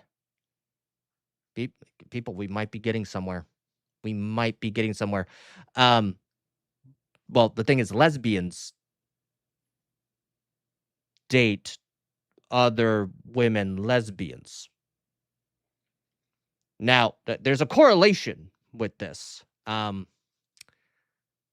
They know what a woman is. They understand what parts they have. And they almost don't want to touch the pee-pee. They don't want to touch the pee-pee. The PowerPoint presentation, okay? They don't want to touch the pee-pee. And I am more than okay with that. Guess what I get to do? I get to have a friendly relationship with them if they're a cool person. Who would have thought?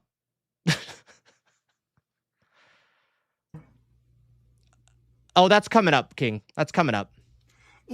Okay. That's coming up. I did see it, King. I did see it. All right, moving on. Did I actually have something here? Oh, no, this was just kind of my main X thing that I was doing. Anyway. Here's a clip from a comedian that I thought was pretty hilarious. I just want to know what you guys think. If you have friends about the races, you could joke around about race and it's out of love, right? Like my best friend in the world is a black comedian and we talk with each other all the time. We try and go as hard as possible at each other. Like the other day he tried to get me, he goes, white people steal everything. You guys never come up with anything catchy on your own. And I'm like, I get it, rock and roll. And he goes, nah, I bet you can name one thing that white people came up with that's catchy that black people like. And I was like, I don't know, man. The N-word's pretty catchy.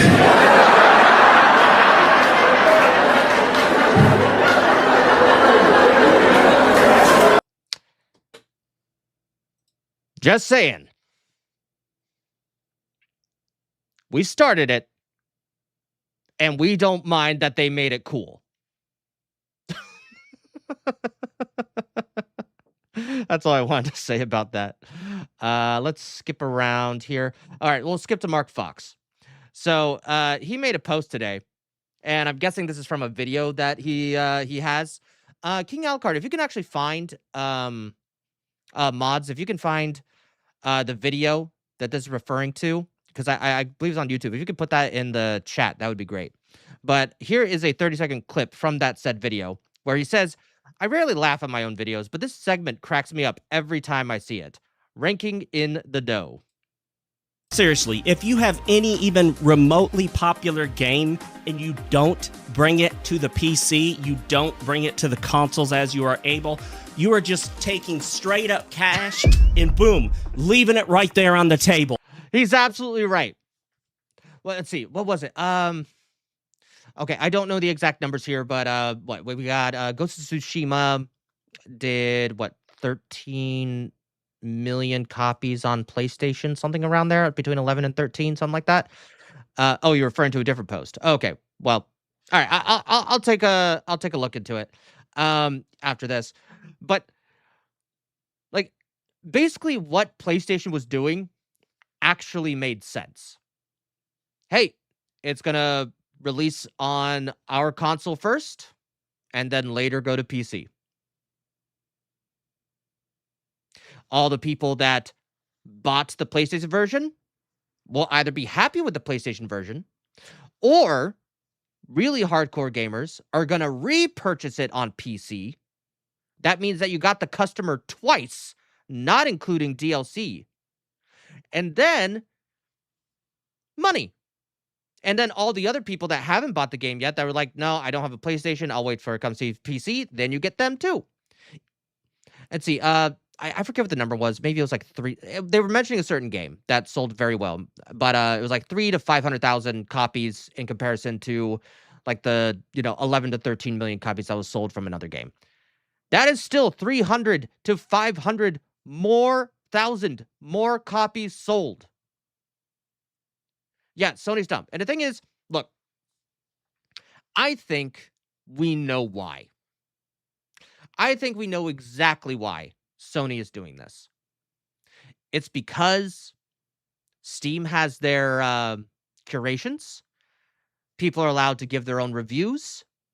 And we can take a look at the live Steam numbers of concurrent players. And I don't think they want their shareholders to see that. And I think, and correct me if I'm wrong, they have chosen not to release Ghost of Yotei on PC. Actually, let me look that up here real quick. Will Ghost of Yotei be on PC?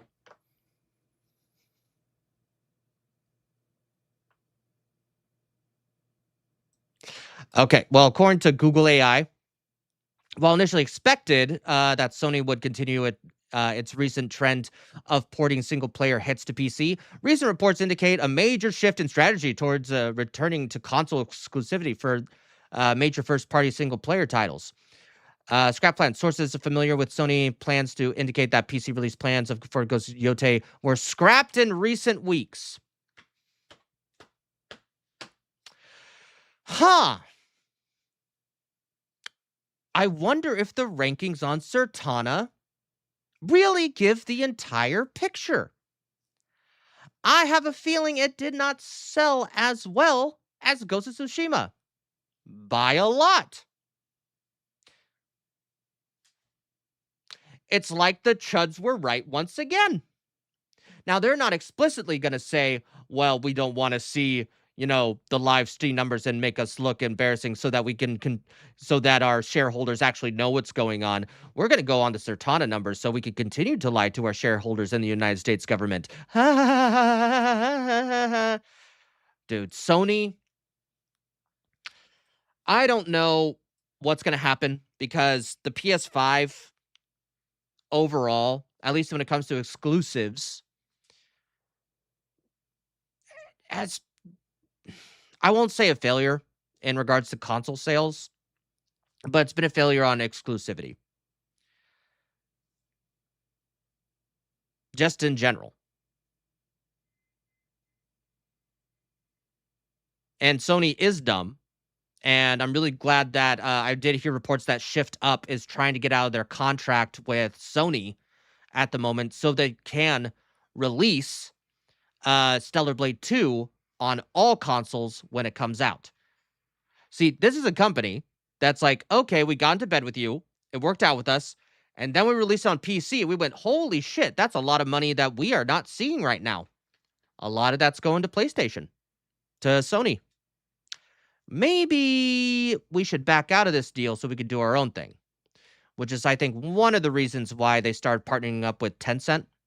I know that there's the whole entire thing with the Trump administration looking at Tencent to force them to divest in American gaming companies. So I'm going to leave that part out of it for now because their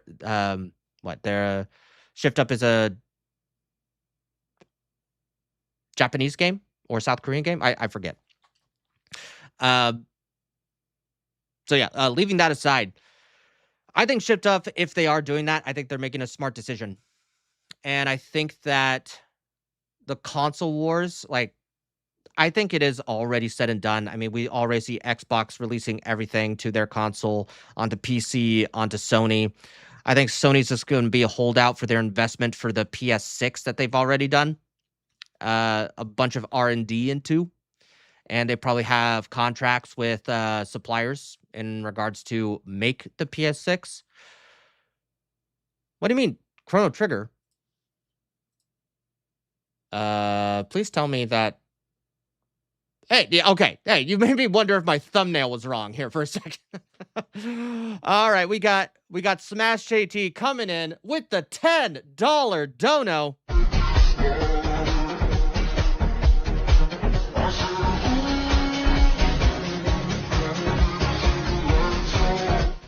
And then we also need to try to escape his basement. Let's try to do that, everybody.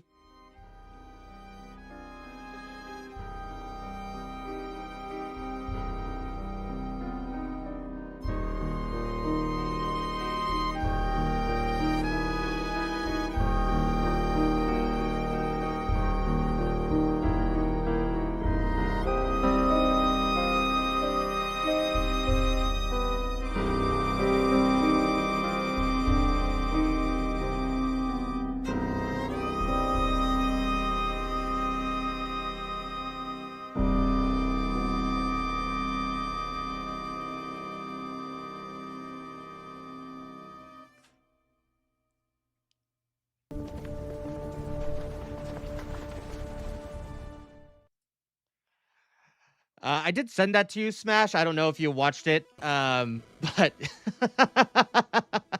by the way, that is not supposed to be an official clip of me escaping Smash JT's basement. It just fit the meme for now. That is something upcoming for a future video. So I'm glad that people are enjoying it. I hope people get a laugh when it releases because, like I said before, it's kind of weird that there's a green screen behind him. What could possibly be showing up on that green screen? Well, with that being said, let's get back to Mr. Fox here and his hilarious field because he's absolutely right. He is absolutely right that he's absolutely right that they're just leaving money on the table, not putting it into PC. They had thank you so much, Mass. I'm glad that you liked it. That they are not porting to PC, because I think what their strategy was really good. Release it exclusively on your console for 3 months to a year, depending on what game it is, the port, and how much work needs to be put into it. Yes, Shift Up is a South Korean company. Thank you for correcting me. I just forgot whether it was Japanese or Korean. Okay, I mean we're racist here. They all look alike. I think they actually had a decent business model in regards to PC. People purchased our console. Let's make that exclusive for them first. They are our priority. And then we have extra money, and to get some extra money, make sure that the port, works well, do all the technical shit, put it onto PC, sell, 500,000 to millions of copies, depending. You have people that are PlayStation users that will rebuy it on PC just for the better graphics. But either way, that's just extra pocket change for you to go to your shareholders and go, hey, look how much money we made just on PC. That's awesome. That means that we have IP that is resellable and direct to consumer still. What's the issue? And like I just said before, the issue is I don't think they want Steam numbers. They don't want those live Steam numbers there. That's why they do not want Ghost of Yotei on PC. Because, let's put it this way. Let's say they exclusively... I don't use GOG, so correct me if I'm wrong about this. Does GOG show their concurrent players on a game?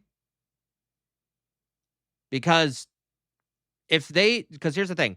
If they did a port on PC and it was through GOG, every PC player that is informed would go, we know exactly what you're doing.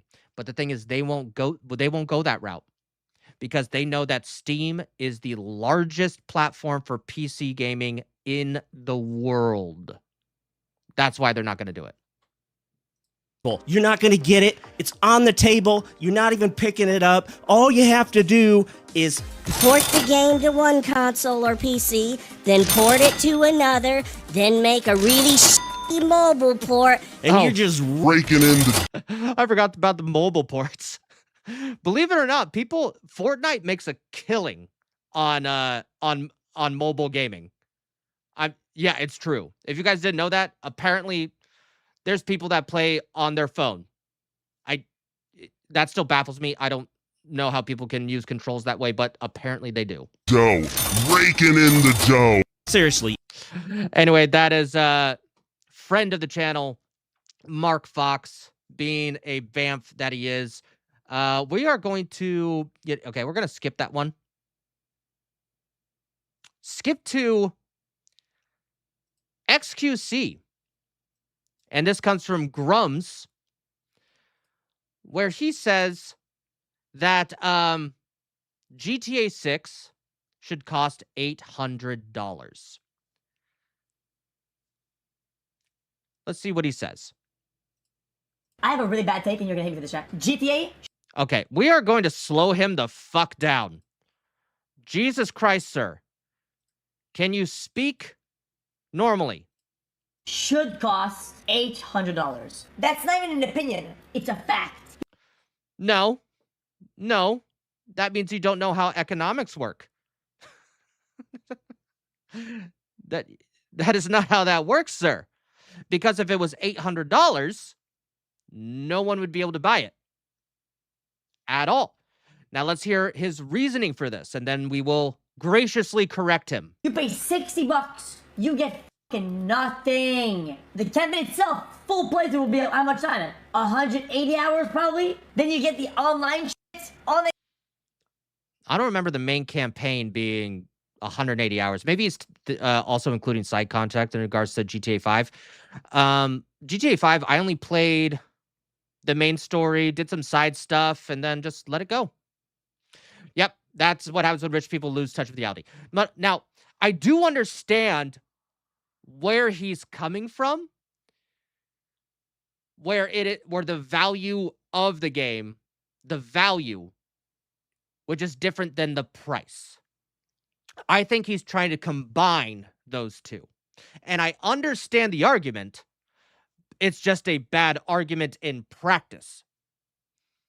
Experience free DLC shit. This shit is gonna be probably 1,000 hours of content of a high quality product that clears every other game by a margin of 20x minimum. So if the other games are $550, do the math. Well, one, we don't know what the cost is going to be whatsoever. But Mr.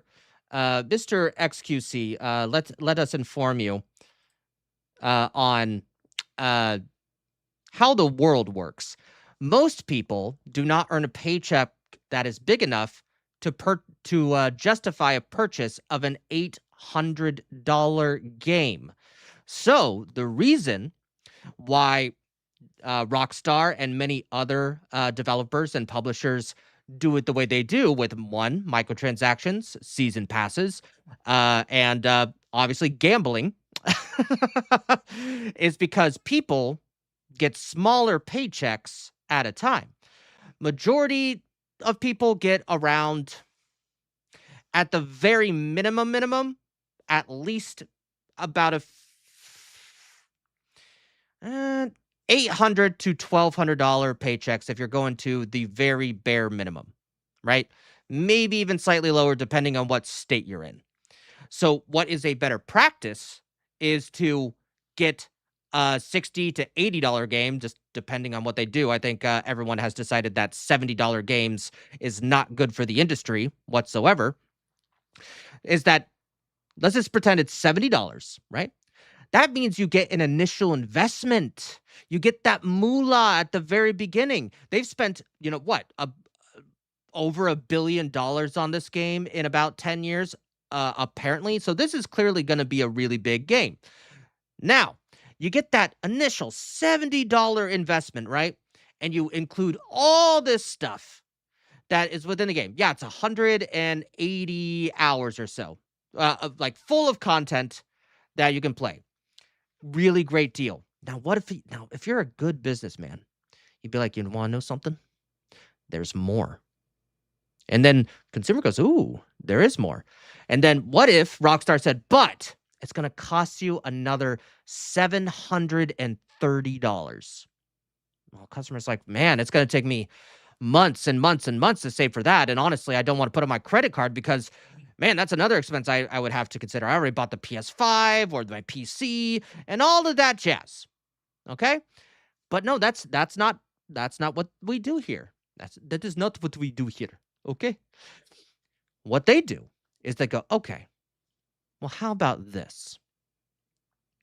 We have all this extra gaming content online, and we're going to continue to support it for the next 10 years at the bare minimum. And it's only going to cost you $9.99 a month. I don't know what the season passes or how much the online shit costs for GTA 5. So don't at me on that. I'm just making an example. And then, hey, you can collect, in-game money without spending a single penny. But if you absolutely really want to pay some extra cash on top of your subscription to the service, then, you can buy your own luxury apartment in-game. You don't have to waste tens and tens of hours accumulating the money. You can just do right then, right there, baby. Come on. Get clothes, other designs. Hell, maybe some other weapons when you start up. Like, that means you have a long-time customer. Rather than doing $800 up front, you actually might get over $2,000 within a matter of 2 or 3 years. Potentially more, because you're spoon-feeding the content. You shotgun blast them with amazing content, and then you spoon-feed them a little at a time so that they're still addicted and they can still taste it and they love the experience. And as long as that amount of money, just that few dollars a month, that $9.99 a month, is keeping them happy, then that consumer's willing to pay that because they only make between $800 and $1,200 per paycheck.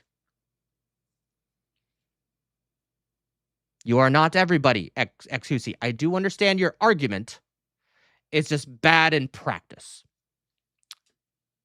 Anyway, moving on. All right, let's do the copyright claim speed run, shall we?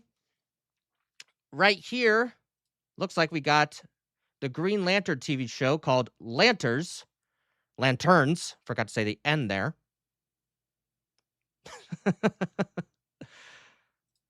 See, every once in a while, Smash, I do say smart stuff. I'm not done all the time. We watched Tim Walz's testimony earlier today, and oh my God, that guy is dumb. He needs to grow a brain and quick. Anyway, Lanterns. All right, copyright speed run. Let's go.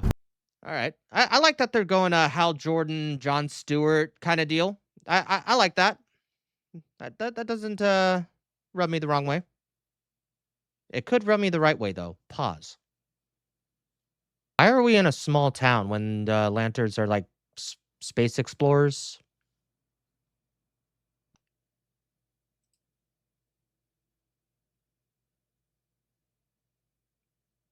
Isn't the Green Lantern suit supposed to just appear on them?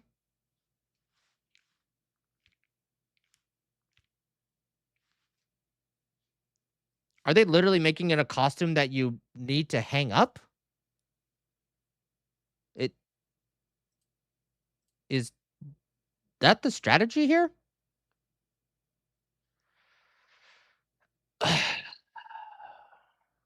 Okay. Okay. Oath is to protect people. And we both know I do a better job of this than you. Whoa! Bro, you're saying that to Hal Jordan? What the? Damn, that's ballsy. Dude, if I remember correctly, Jon Stewart, he's a former military man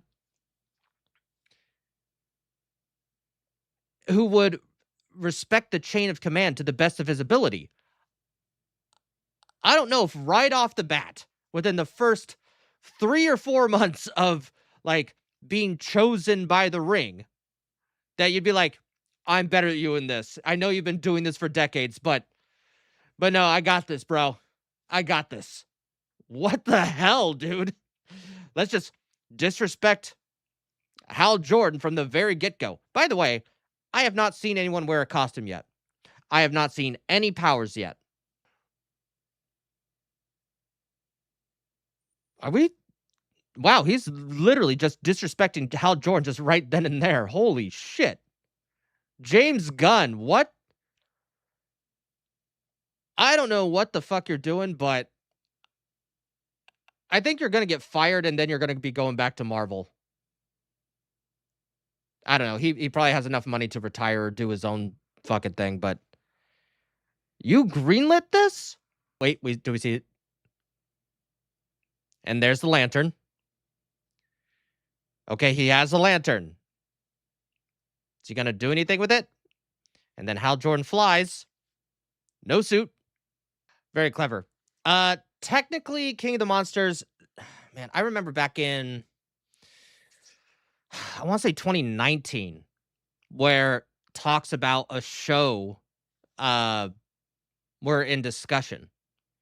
So this has been talked about for years, dude. Been talked about for years. And I have this feeling that we're not going to see a Green Lantern power or suit until the 3rd or 4th episode. I think that it's kind of like an anime where they're just, you just have to wait for the budget to hit. Because right now, I don't think WB, even though, remember, this was in production before WB, decided to sell because, they're going bankrupt. So, yeah, I bet you Kata's going to have a field day with this one. So is Ademion. So is Geeks and Gamers, Nerdrotic, all of them. But, man, I don't know. It's just not what I do, man. Like, I'm so disappointed that I just get more entertainment value watching Kata report on this shit or The Critical Drinker or Nerdrotic. Like, and plus they're way more informed than me. Like I'm more so of I was the fan of like the cartoons, like Spider-Man on Fox Kids and stuff like that, X-Men. I didn't read the comic books until, man, I've only read a handful of comics really at this point. I've read The Long Halloween. I forget what the follow-up to that graphic novel was, but like I've only read a few handfuls of comics really. So I don't know a lot of the lore. A lot of the lore that I already know is from what the TV shows, the movies, and just what I know offhand from what people have told me. So yeah, they're just more qualified than that. But just as a viewer, I'm pretty underwhelmed. This is, I think, the first trailer that they've put in so far. So I understand a little bit of a teaser. So I do understand that. But I don't know, if that second trailer doesn't wow me, I think I'm out. And that's just that. All right, moving on. Speaking of trailers, we have the new Invincible trailer. I want to continue getting copyright claimed. Let's take a look. This is 30 seconds of Invincible Season 4 Thrag teaser.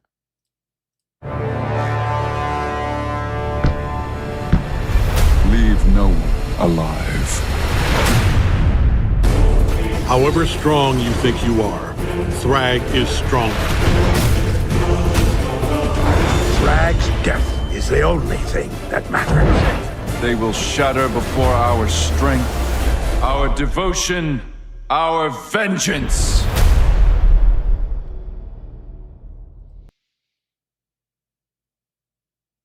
All right, see you later, King of the Monsters. All right, that's only a 30-second trailer. I enjoy the Invincible franchise. Sometimes it does have its lulls. I don't know. I'm always pretty excited. I like to see it's kind of like anime in the sense, kind of like what I was talking about before. You have to wait for the budget to drop to see like the really cool fight scenes. But that's neither here or there. I'm excited. Did they give a date? March 18th. So that's in 2 weeks. All right, nice.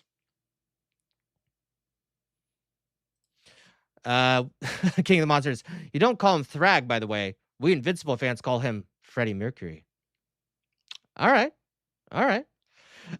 There is a story that I want to follow up on that we talked about last time.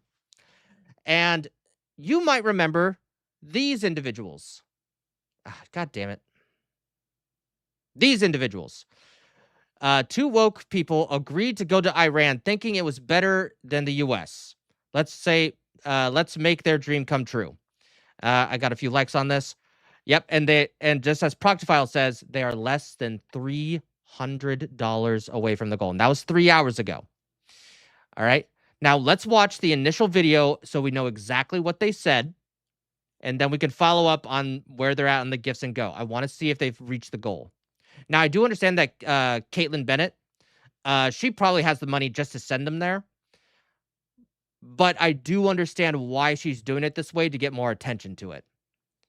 Where do you think would be better for women, Iran or America? I don't think America's quite good for women when we look at how we handled Epstein files. You have the freedom to follow whatever religion you want, including none at all.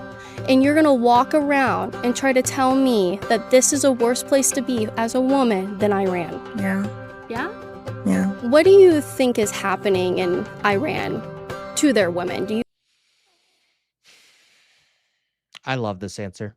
you think that that place is a good place for women?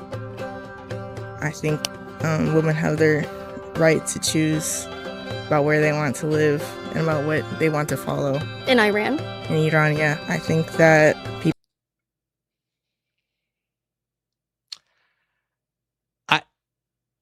Is she a college student? Yep, college liberal wants to move to Iran. The thing is, I don't even know if she necessarily heard this from her professors. I bet you this is just shit that she is making up, does not know anything about anything, and Jess hears buzzwords from the people that surround her, the other students, and Jess believes them. People have misconceptions about religion. Again, I'm going to say it again. She does not represent us. And oh my God, shave your arm hair.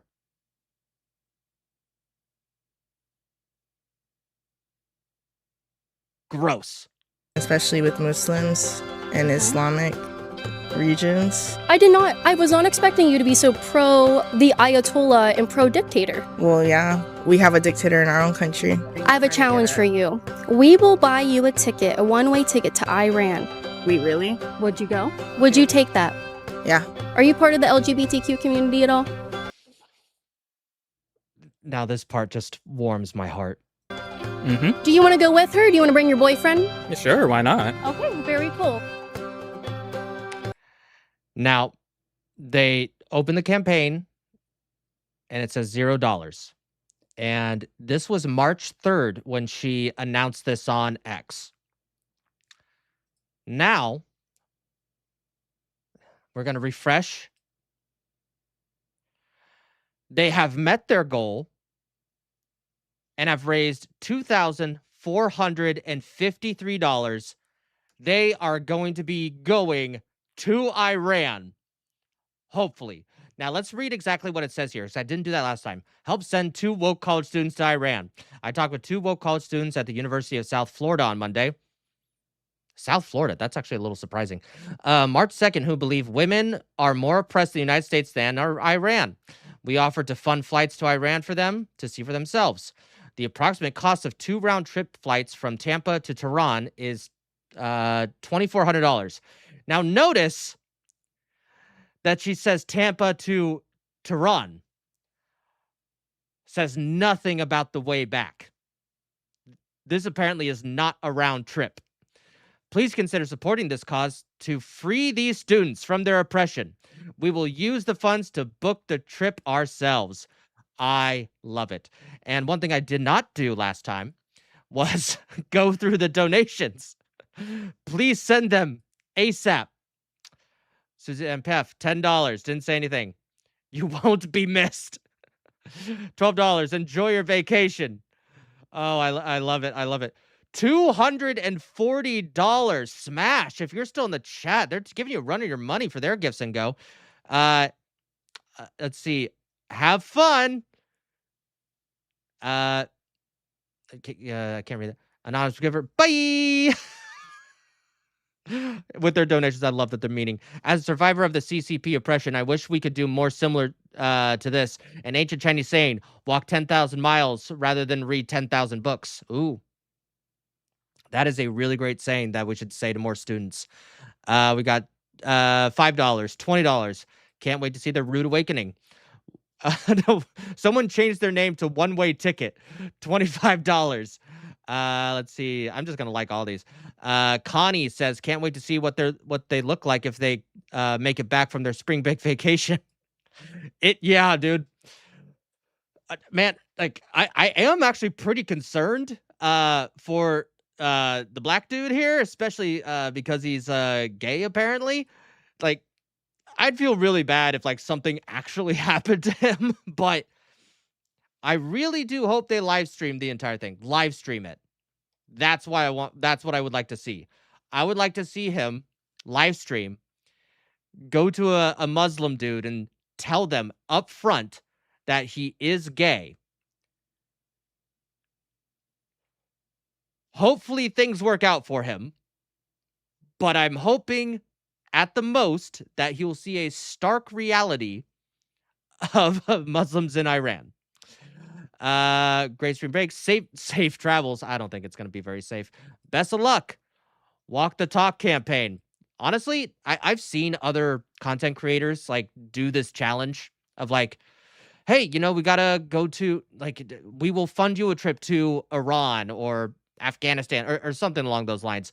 And you usually see these people give some sort of excuse. Like, I'd love to, but my family's here and I got class and da-da-da-da-da. But no, these people went, wait, that sounds like a great idea. They're so indoctrinated, they have no idea what they signed up for. But I think these people are going to back out. I honestly think these people are going to back out. The intentional zoom. Oh, yeah. Let's see. This is exactly the first donor. I can't wait to hear about your trip. Please wear a body cam so we can enjoy the footage after you arrive. No, I want them to live stream it. Let's see. It's still there. But anyway, I think that this is all sorts of hilarious. I really do. Because by the end of it, they're going to be looking like this. Help! Help me! Help!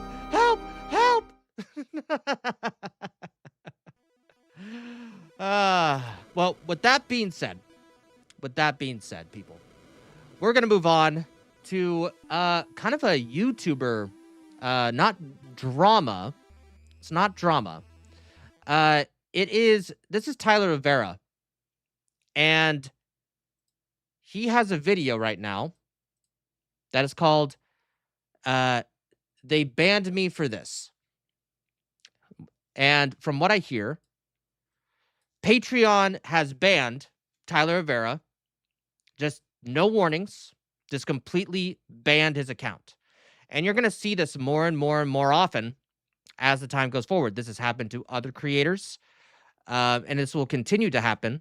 And just like we've seen other creators do, like side scrollers, they have their own thing through locals. And if you're a content creator, do not go to Patreon. I do understand you get a bigger cut through Patreon in regards to monthly donors, but do not do it, especially if you're even slightly controversial in their eyes. Do not do it. You will be shut down real quick without any warning whatsoever. And what's really funny, which he points out, is that it was one video in particular that launched the whole cancellation. Less than 24 hours. That's how long it took for Patreon to delete my account after I uploaded a video titled, "I Exposed New Jersey's Jewish Invasion." No warning, no first strike, no option to take anything down. Patreon account gone, deleted overnight. Over the last few years, I've made videos about every group of people you can imagine. Somalis in Minneapolis, Haitians in Springfield, Ohio, corrupt Christian megachurches, Pakistani Muslim gangs in England, incest families in Appalachia, Indians throwing cow poop at each other. I'm surprised I haven't reacted to any of his videos on stream. I really need to do that. Drug addicts, pimps, prostitutes, and not a single platform blinked. But the moment I made a video about a Hasidic Jewish community in upstate New York that uses welfare to support families of up to 8 to 10 kids, sponsors pulled out. Old sponsors even called me demanding that I cut out their sponsorship from videos that are 2 years old. And the ADL even has the audacity to publish an article saying that my video harkens back to age-old anti-Semitic stereotypes. Dude, I kind of want to watch this video now. We won't do that. We won't do that right now. But, okay, maybe we will. Maybe we should do that. Okay, maybe near the end. Maybe near the end we'll do that. But that is crazy. He has reported on all different types of people, but once it got to Hasidic Jews in New Jersey, which is incredibly specific. Like right now, we're not hearing about Somalis in Texas committing fraud, right? It's when you hear Somali and you hear Minnesota, you go, oh, fraudulent people. Like just pointing something out, just because it's an ethnic minority of some kind, doesn't make it like racist or ethnophobic or anything. It's like I was saying before. Every single time we hear about the Italian mob, no one ever goes, man, Italians all across the United States are totally doing this. No one is saying that. No one is saying that. No one is saying anything horrible about those greaseballs whatsoever. And the thing is, Smash H, he's one of them. He's clearly in the mob. But once you see a certain segment of people that are very close together in a tight-knit group in a certain demographic in a certain city or state, all of a sudden it's anti-Semitic, it's anti-black, it's anti something or another, it's anti-trans, like whatever. Like it's so disingenuous to do this. It's like you would think, because you see a lot of people that come from Mexico and from Mexico who got here and became citizens on their own accord, filled out the paperwork, were here for years, did the right thing, followed all the rules, and then they see, their wife's cousin Jorge, cross the border illegally and start robbing liquor stores. Like, dude, you look like me, and now a ton of you are coming here. You're making us all look bad. You would like, I know, like I have a whole family sect of my family that's Mexican, and they fucking hate it. I mean, thankfully they've been in the same town. I'm not gonna say where they live. They've been in the same town for a few generations now, so a lot of people there already know who they are. But can you just imagine, like, oh hey, I'm from Israel, I'm from Mexico, I'm from Canada, I'm from Switzerland, I'm from France, I'm from China, I'm from Thailand, and you get here on your own dime. You go through all the paperwork, you do all the right things, and then all of a sudden, like the same demographic that one would associate with you comes to your area, does a bunch of bad shit, and you're like, no, like this is a problem. Like you would think that as like the ADL would go, hey, these people are making the Jewish people look bad. We should probably look into this so they can stop making us look bad. Like, it seems like it's obvious. Like everyone knows it. Everyone knows it. Just because you want to know why people are being called racist is it's specific pattern recognition. If you see patterns, then you're called racist.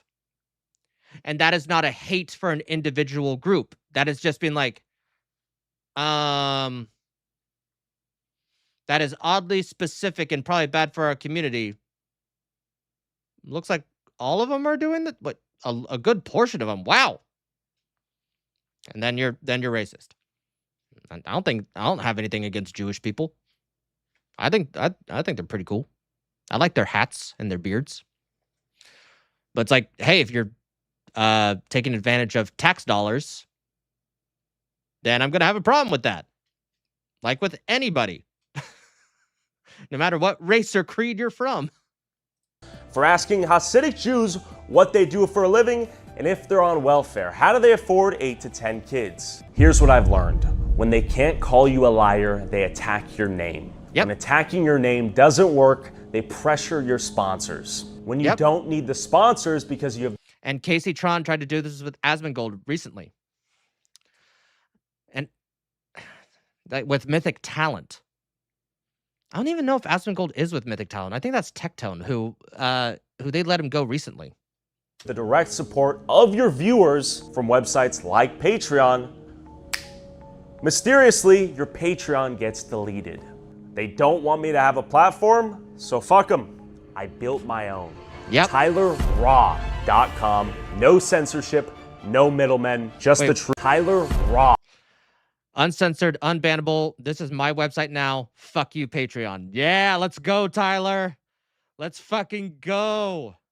.com. No censorship, no middlemen, just the truth brought to you. At the end of the day, my job is to ask uncomfortable questions and to start uncomfortable but important conversations that doesn't always make everybody happy. And it seems like I'm one of the few people on YouTube using my platform to do just that. Yeah, him and Nick Shirley.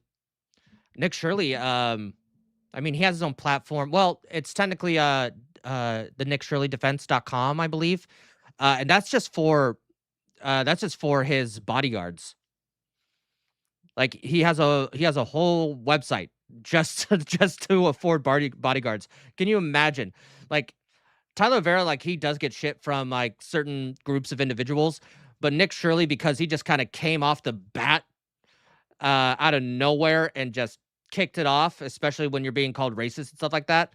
Like, he really needs it, even more so than Tyler. And Tyler probably already needs it. If not, he already does.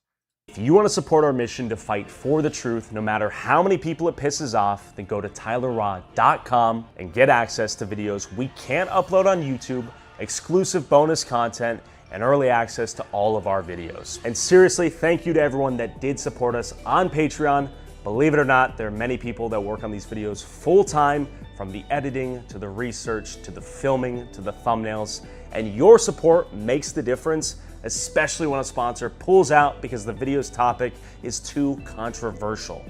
And rest assured, we're gonna go harder than ever in 2026. They can pull sponsors, they can delete accounts, but the show doesn't stop until I'm 6 feet under. And full disclaimer, I am not suicidal and I am in great health. Thanks for listening. All right. You know what? Maybe, okay, maybe not tonight, but maybe we'll react to his video tomorrow. I would really like to see that. Ladies and gentlemen. Actually, I do want to see this. This is Brandon Lamont. I'm going to send you guys a link to the video, which I should have been doing on other things. Whoops. Bad YouTuber move. But yes, this is a really awesome content creator. He has almost 700,000 subscribers. He just sits there, tells it like it is. And I really want to know the whole Jasmine Crockett thing, because I've been seeing this all over the internet, but I have not watched the video. So I would definitely like a play-by-play and someone who's a lot more knowledgeable in this stuff than I am. Jasmine Crockett was officially kicked out of politics forever. Sandlot.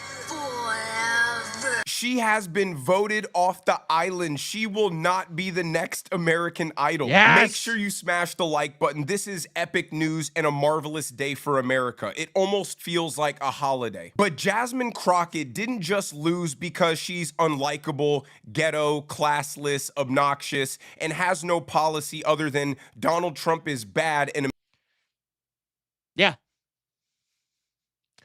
She is all those things. America is racist. Jasmine also lost because the Democrat Party absolutely backstabbed her. As always, like the video and subscribe to the channel. You guys are gonna love this one. But let's start by hearing from a broken, devastated Jasmine Crockett last night when it was clear she got trounced in the Texas primaries. So this is the primaries. And this is Tallarico. This is a guy who has said that we should have a welcome mat on our border for illegal aliens. So it is very, very important that no matter who it is, oh, I should probably switch sides so you guys can see the numbers. There we go. So no matter who it is, like, these people need to be defeated. They are not good for America. And I'm not saying to vote Republican just to vote Republican. I'm saying that these are genuinely just horrible, misled people who have drank their own Kool-Aid. That's it. But let's look at the numbers here. 559,000 to 671,000. So let's just round that to so 5 and 4 by almost 9 points. She lost to Tallarico. That's not very good. That's not good. Like, in political terms, not a landslide, but, and they're just saying too early to call. This is from the other night. So that means more people, this number probably is higher. Man, as an incumbent, that is embarrassing. So that's my news, is that we're not going to have election results tonight, in my opinion, based upon... In your opinion. You know, results do happen the next day, and you can usually see where the numbers are going, right? You know, there are things called predictive markets and common sense. And you got slam dunk dunked on.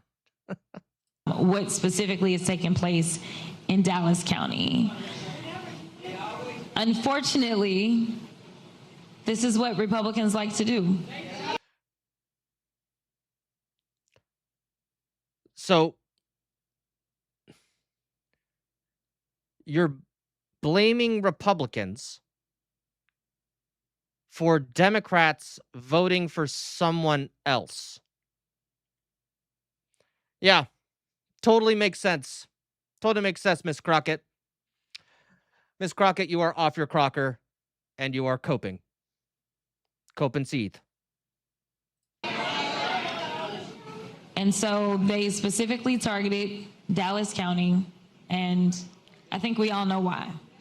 So I want you to enjoy yourselves, but I won't be back tonight because I have no idea of when we're going to get results, and I fully anticipate it won't be until tomorrow. I think you fully anticipate that it wasn't going to be you, and you did not want to stick around and have people see you hang your head in the shame that you absolutely deserve. I mean, this guy is not any better, but holy shit, you were a rotten cheesecake. So, I love y'all too. I find it hilarious how Jasmine... What's that? Ladies and gentlemen, we have some breaking news. Brand new footage from Jasmine Crockett at her new job. Let's take a look. And I'm sliding, I'm riding through the back like mustard on a... Copyrighted music. Put the fries in the bag. I'm gonna let her breathe. She deserves all of the ridicule. I have never seen the loud ghetto superstar Jasmine Crockett as quiet and low energy as she was addressing that crowd, saying she was about to go home for the night. And just for context, Jasmine Crockett's seat in the House got redrawn out of existence when Texas changed their maps. So in a desperate attention-seeking... Oh, so that's why she's blaming Republicans. That's why. What? You don't like redistricting? Oh, no. I don't give a fuck. Last-ditch effort to remain relevant, Jasmine had the brilliant idea of running for Texas Senate. Because Jasmine Crockett's highly incompetent, she has no accomplishments or achievements of note, so she couldn't just let her grift of using her platform in Congress to become a celebrity just slip through her fingers. Now, well, her only platform was, I'm black. Trump is racist, and I don't like him. Great policies, Miss Crockett. Great policies. I always predicted Jasmine Crockett was going to lose because obviously it's Texas. But even I didn't think she would get humiliated in her own primary by some no-name Texas state representative. But there were some voting irregularities in Jasmine's home base of Dallas, Texas yesterday, and she was absolutely furious. Let's take a look. This stems from some new rules that are restricting where people are allowed to vote, and so many people are showing up at polling sites where they have voted at for years only to be redirected to a different site. And I just want to give you a look here. You can see we're going to stay as far back as we're required to, but you see that line there before people get into the door. And the county tells me that there are actually people with tablets that are checking people's addresses and redirecting them if they are not allowed to vote at this location. And as of this morning, earlier this morning, when I spoke with one of the judges who was in there on the Democratic side, he said around just under half of Democratic voters were being sent to different polling sites. And Representative Jasmine Crockett was here just a short while ago and was asked about that. And I want to play some of what she had to say about what she's seen going on today with regard. I think Brandon's going to address this, but I think I know what's going on here. And if it's what I think it makes sense. And it does surprise me if that hasn't been done before. To people being redirected to different polling sites. You know, it's the confusion, it's the games. It is so sad that the Republicans don't know how to win fair and square. The only thing they know how to do is cheat. It is not lost on me that when Donald Trump decided to go after congressional districts, he started in the state of Texas. Let's wait. It's not lost on me that when the Republicans decided that there was one particular county that they specifically wanted to target out of the large counties, it just happened to be my home county. Still going to blame Trump for Democrats not voting for you? Like, it's a primary. I am here to tell the Republicans they can try all the dirty tricks that they want to try. We are going to win. We are going to beat them. We're going to beat them as it relates to this primary. We are going to beat them with their dirty tricks in November. And wait a minute, if you're running for Senate, isn't the entire state voting for you? Hold on. Yeah, she's running for Senate, right? Yeah. Today, high stakes Senate. Yeah. What's the...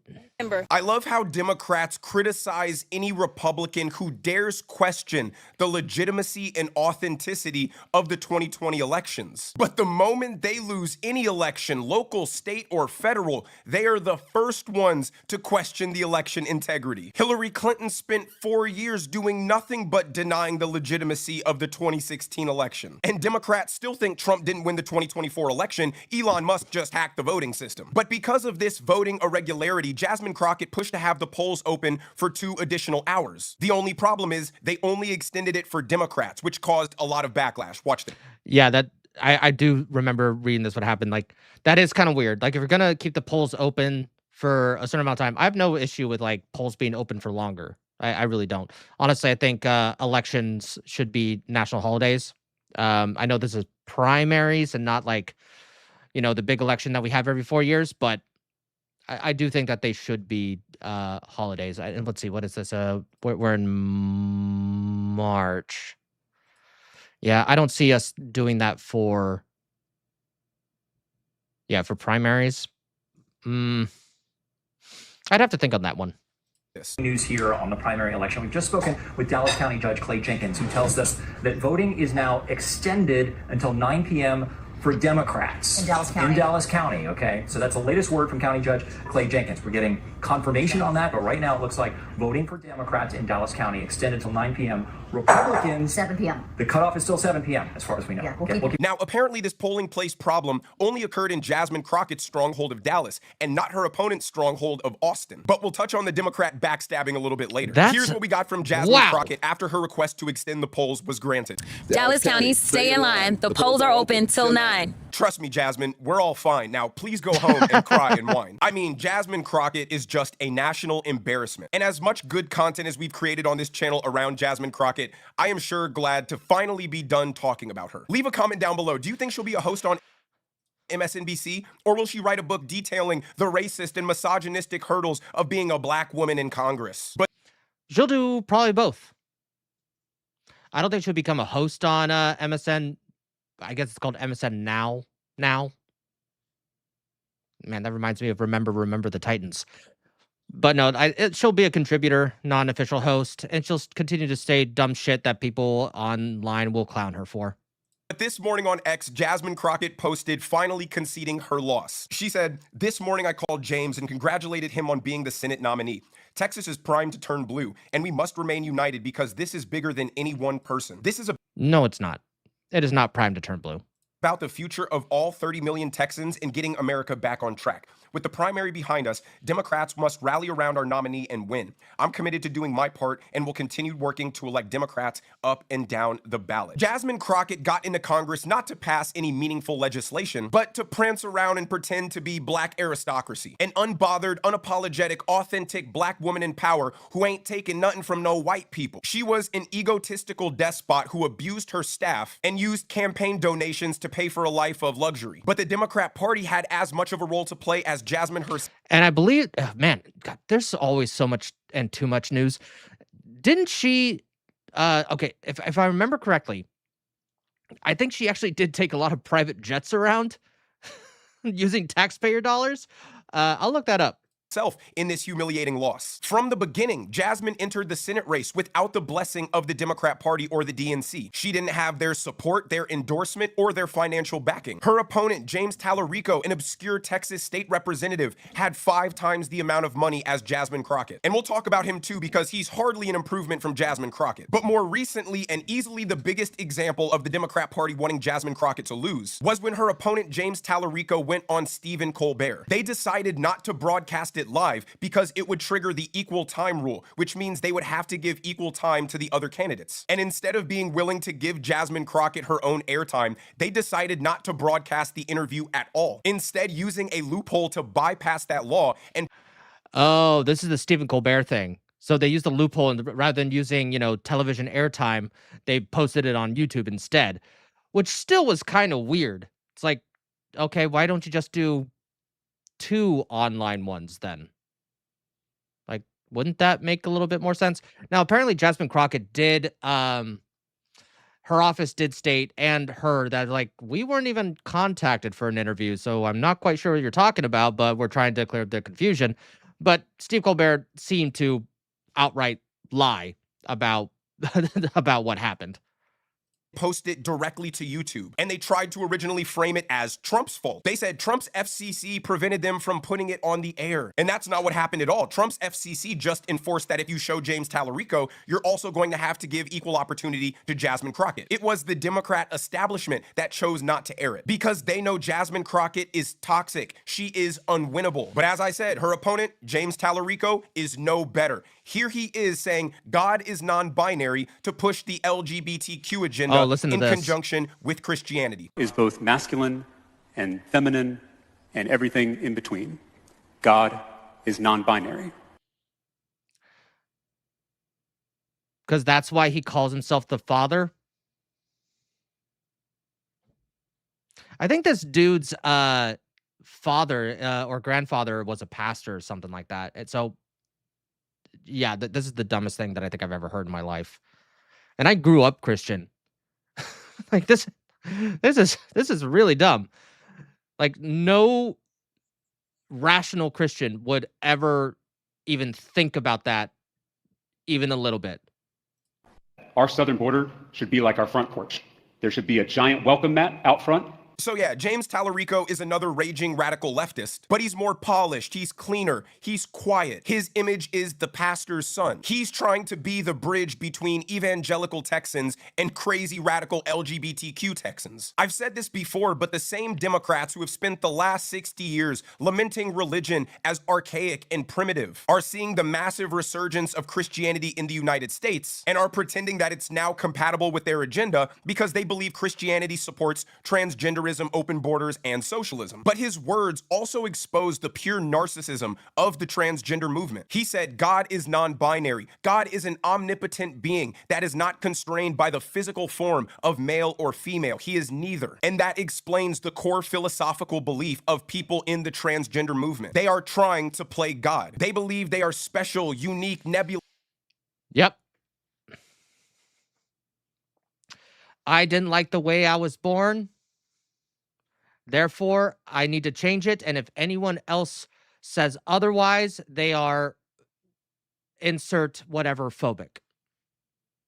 Omnipotent beings that can't be constrained by the physical reality like the rest of us. They believe they can move fluidly and freely between either genders, both genders, or neither genders. They chop themselves up, sterilize themselves, take cross-sex hormones, distort their own reality because they think they're the masters of the universe. And that's why they demand not that how we the world submit to works. their ideology, because they believe they are more evolved, more enlightened superhumans walking amongst the rest of us regular people. But I want to show you this last clip from CNN because as wonderful as it is that Jasmine Crockett lost, there's a bigger trend emerging in Texas that we should all be slightly concerned about. It's that more people voted in the Democratic primary than the Republican primary. Look at this. Share of Texas midterm primary ballots. Look at this. The 2000s average. If you look at the 2000s on average, you see this. Republicans outvote Democrats. More people choose the Republican ballot than the Democratic ballot in midterm primaries by 60% to 40%.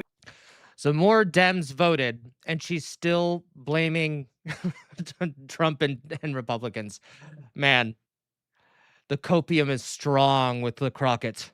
A margin of 3-2. But look so far, Democrats, more people are actually choosing the Democratic ballot. This is extremely, extremely unusual, 51% to 49%. And so far, there have actually been more of the Republican ballots estimated to be counted than Democrats. So this margin may climb ever higher. And I will note that this is the first time Democrats outvoted Republicans in a midterm primary season in Texas since 2002. This is, I think, the biggest change that we have seen in the national picture, which was all along we thought that the Democrats would win back the House of Representatives. This is what happens when you let Californians move into Texas. It's just what happens. Man, how many of these are definitely like Austin voters? Honestly, it's going to spread. All the Democrats that are in Austin, it's going to spread to Dallas. It's going to spread to Houston. It's going to spread everywhere. Now, I did say earlier before that no, Texas is not turning blue. I mean, we'll see what Brandon says. Again, he is way more informed on this than I am. But I'm actually a little impressed. I'm not going to lie. But we're also keeping in mind, I wonder how many independents there are in Texas.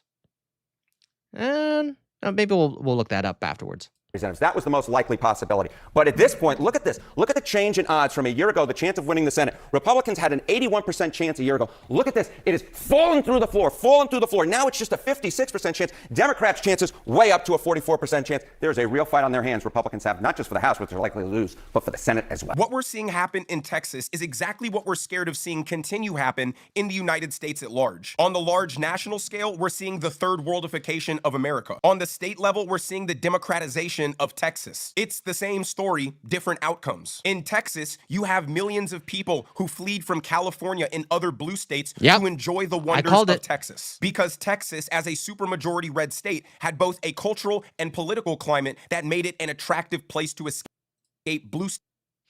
So right now, polling identification, recent surveys indicate that approximately 13 to 15.7% of the state's total registered electorate identify as independent.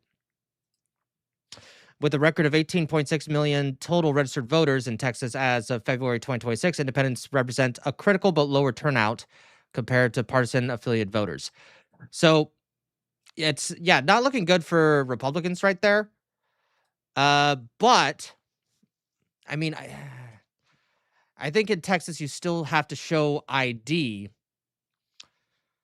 Okay, I'm interested. It seems like Texas is going in the wrong direction, and I think it's exactly why. People are like, hey, I want to escape the California hellhole, and then they go into Texas. They're like, let's vote for the same California shit that make California hellholes. You'd think they learn. You'd think they learn, but they will not learn. States from. But these blue state refugees have brought their politics and culture with them to Texas. It's like they believe California just became unaffordable and unlivable by random chance. No, it's because of tens of millions of people with stupid and destructive ideology. But because these people are so arrogant and narcissistic, they don't even consider that it's them who's the problem and their ideas that are flawed. So they brought them to Texas, and now we risk Texas going the same direction as California. And it's the same story with the third worldification of America. People come here from all around the globe to flee their home, flee their culture, and flee their culture's politics. And then they come here and demand it look and feel more like their home and their culture. And then inevitably we get the same culturally destructive politics here in America. I say that to remind everybody, make sure you vote in the midterms. We need 4 full years of an unfettered America First agenda. But let me know what you guys think down in the comment section below. If you enjoyed the video, make sure you hit that like button. Make sure you subscribe to the channel if you have not already. Turn on those notification bells so you never miss a video. And I will see you guys in the next one. Wait. There's a city in Texas being built and based on Sharia law? No way. No way. Texas city being built on Sharia law.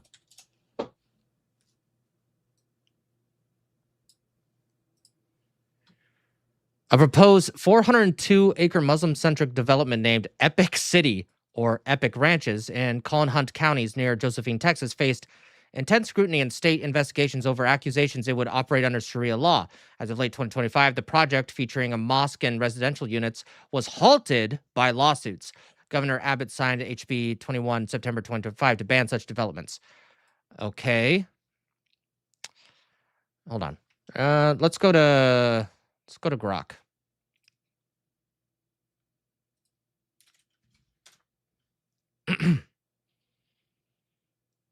So apparently that was blocked. Let's see.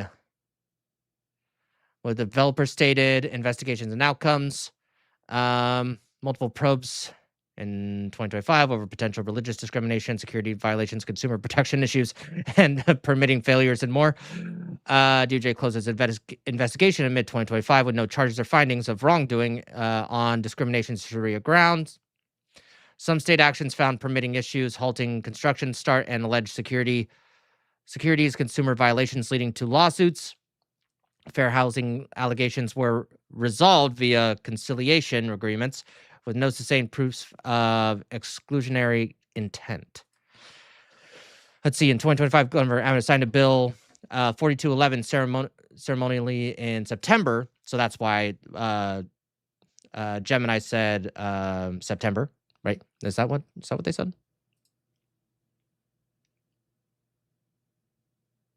Yeah, in September. Great. Which prohibits residential developments from discriminating based on religion in sales, rentals, or creating restrictive covenants that could enable religious segregation. It was framed by his office as banning Sharia compounds and preventing no-go zones, though it applies broadly to any religious-based restrictions. The project faced significant delays and legal hurdles with rebranding to a less controversial name, the Meadow, reported by late 25. Is the city still being built?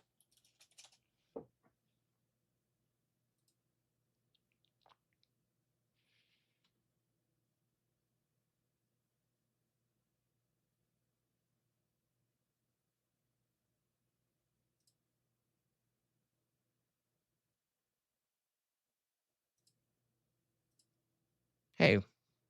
Yeah, yeah. Okay, let's try this again.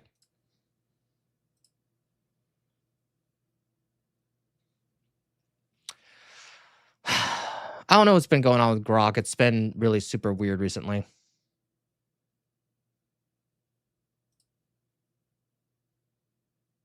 There it goes. No, the proposed development, originally called Epic City and later rebranded as the Meadow, is not currently being built.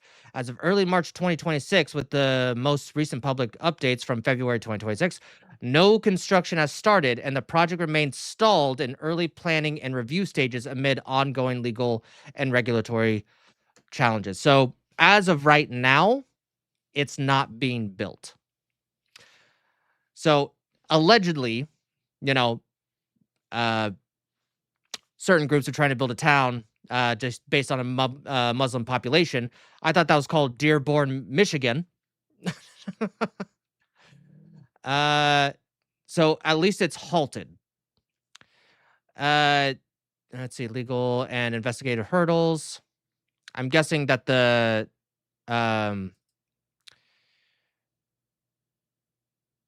what Governor Abbott passed definitely held them up quite a bit. So safe in that regard. Safe in that regard. Hopefully Texas can pull through there. All right. Moving on. Let's skip that. Okay. Let's get to one of our main topics of the day. View botting. So there's a whole thing that's going on where Reese, I think his name's Reese, from Night Media, who was the former agency for Mr. Beast. I think about a year ago, Mr. Beast left the agency. And let's be honest, Mr. Beast is bigger than I don't even know why he would have an agency when he just has the money for his own. So we're gonna see what the actual situation is via the Penguin Zero, the Moist Critical, also known as Charlie. The vast majority of numbers you see on the internet aren't real. The accounts that you interact with, the posts that you see, oftentimes aren't even made by a human being on the other side of the keyboard. The cyberspace is dominated by bots. And unless you've just woken up from a coma, this isn't news to you. Everybody knows that now. It's an accepted part of cruising the World Wide Web, that the shit you see is artificially inflated.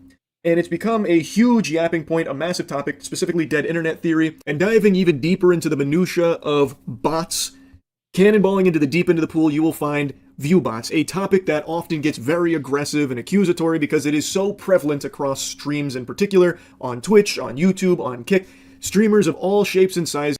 The thing is, with YouTube, I believe it's a lot harder to get those bots implemented. I don't know anyone who does. I've never heard about anyone in my circle that does anything like that. I only know a handful of people that could even potentially afford it. And like if you look at Smash JT, his numbers are pretty solid every single night. Like YouTube, it ranges around 200 to 350 like every single night, and I'm not including Rumble or Kick. So when I look at the numbers, I think that's just a lot harder to do on YouTube, which is why you don't see people do it on YouTube. But in regards to Kick and Twitch, I think it is all over the place. I think everyone is botting. I don't think Asmongold is botting. He's one of the few that I don't think, because he really doesn't care. He has all the money in the world. He just does not give a shit. I don't think Charlie Viewbots. I think a lot of the people that you see who are famous all of a sudden, who you really just didn't know, I think that they are viewbotting. Because from my understanding, because you guys know me, I stream on YouTube, Rumble, Kick, Twitch, and I also stream on X. X is more so for marketing. But for the other platforms, I just do it because, hey, if that is your, as a viewer, your the platform that you would rather be on, then I want to provide that for people. That's nothing wrong with that. Now, because Kick and Twitch are always live, like they do have VODs, but I don't know if VODs make any ad money or revenue whatsoever for streamers, like YouTube does. But I can see, because they're always live, how much easier it would be for view botting to happen. And the way that I look at it, because in regards to Kick and Twitch, they do not have an algorithm like YouTube has. Like YouTube tries to do its best to share the content wherever it goes, right? So, oh, here's this demographic for this particular person, and then they suggest videos. That's one of the things that they do. Kick and Twitch really don't have that. Like, you have to get down and dirty to find an upcoming streamer that has like 3 viewers, right? I mean, I have 3 viewers on YouTube, on Rumble, on Twitch, on Kick. Now, I have a few benefits. Like my numbers are low. I don't care that much. But one of the benefits I have is that I'm also kind of in an inner circle a little bit. So I know, like earlier today, King Alucard rated me. Maybe if I don't think I'm gonna stream tonight. I'm kind of tired. Like, let's just say Smash JT might raid me tonight. Like there's some benefits that I have a circle of friends. I'm like, hey, there's Cinevere. Yeah, let's raid her, and maybe Cinevere and I don't really talk a lot. Dash Attack. If Toasty was streaming on YouTube still, like there's raiding that goes on, and we support each other that way, right? There's a lot of streamers that do not have that community of other streamers that will raid them in hopes that they can pop off a little bit.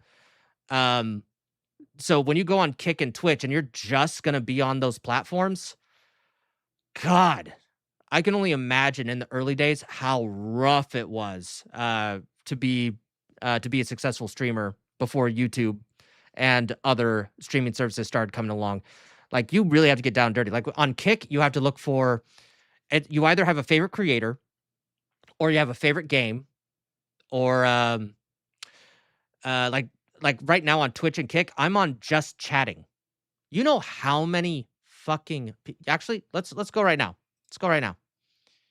Let's go on to Kick. And let's go to just chatting.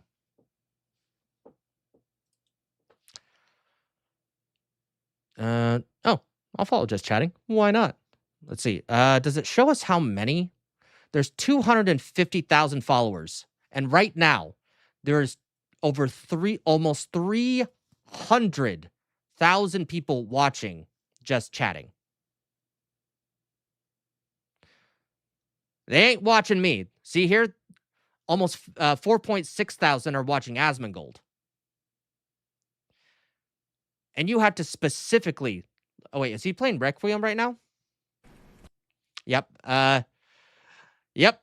God, I tried to play Resident Evil 2 again, but I just couldn't, guys. I'm such a little bitch when it comes to horror games. I'm sorry. I tried. But anyway, like, YouTube has the search. Like, when you're doing Kick and Rumble, man, because they have no true algorithm, it's the best gets to the top. I can see how the game is rigged in that regard. Are often using viewbots to boost their numbers. It's not some big conspiracy, it's not deep state propaganda or anything like that. It is a provable, real thing that platforms just don't seem to be taking any real action on at all. I could right now go live on Twitch, openly stating I'm viewbotting it out the wazoo to fucking 20k viewers, and maybe the worst that would happen is I get like a 24-hour suspension from Twitch. They don't... Twitch does not give a shit. They don't care. If anything, it just sounds like that they kind of encourage it, or underhandedly encourage it, because all they care about is numbers going up, so they can tell advertisers to continue to fund their platform, whether it's legit or not. They are in trouble. They want the money, and they will never have as much money as YouTube. Kick, on the other hand, I definitely enjoy Kick more than I do Twitch. Like, I'm barely on Twitch. Like, I just sign on, go live, and and whatever happens on. No offense to the one person over on Twitch right now, but it's just not my main platform, and I don't put a lot of investment into it. Maybe I should. But they just don't care. I see Kick that has addressed it, and they've talked about, because the CEO of Kick is like, here's the problem. Say, I think Kick would ban somebody, at least for a certain amount of time, if they admitted to viewbotting.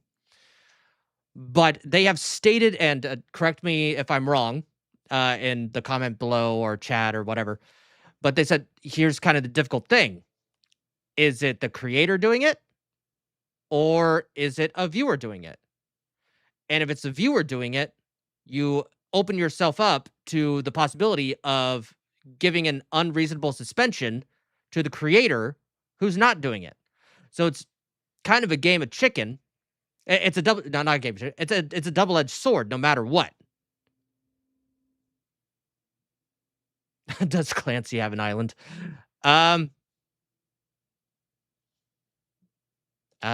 We can look that up. Does Dan... I don't think it's paid enough. Clancy have an island. I don't even think it's rich enough. Let's see here. No, Dan Clancy, the CEO of Twitch, does not have an island. How much does Dan Clancy make?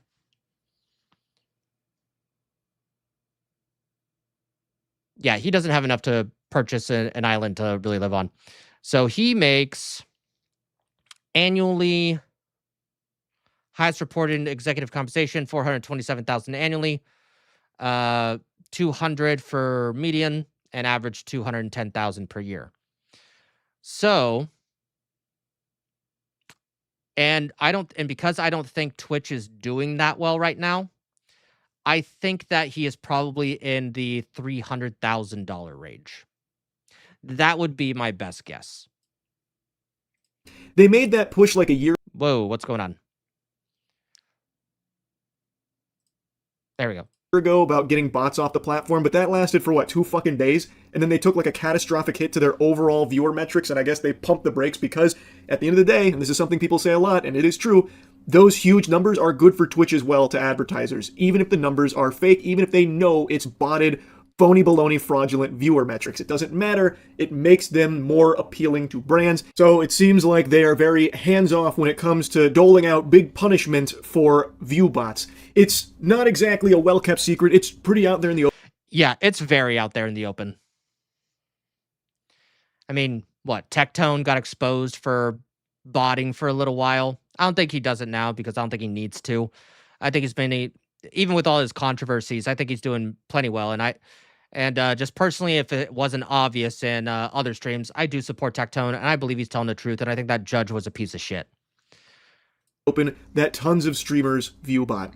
Now, the reason why I'm yapping about it again is because just yesterday, or maybe it was even earlier today, I don't know, time moves in a weird fucking fashion once you hit your 30s. Everything blends together, your bones fucking creak anytime you walk up or down stairs. Anyway, I'll stop bitching and whining about that. I know you're not here to listen to me play a sad song on the world's smallest violin about my deteriorating cartilage. The CEO of Night Media, Reed, came forward with a post out of nowhere saying that it's time to start viewbotting. That's the title of the post, which is a eye-catching title, no doubt. Very seldom will you hear someone in that kind of position just say the quiet part out loud here about success in the streaming space.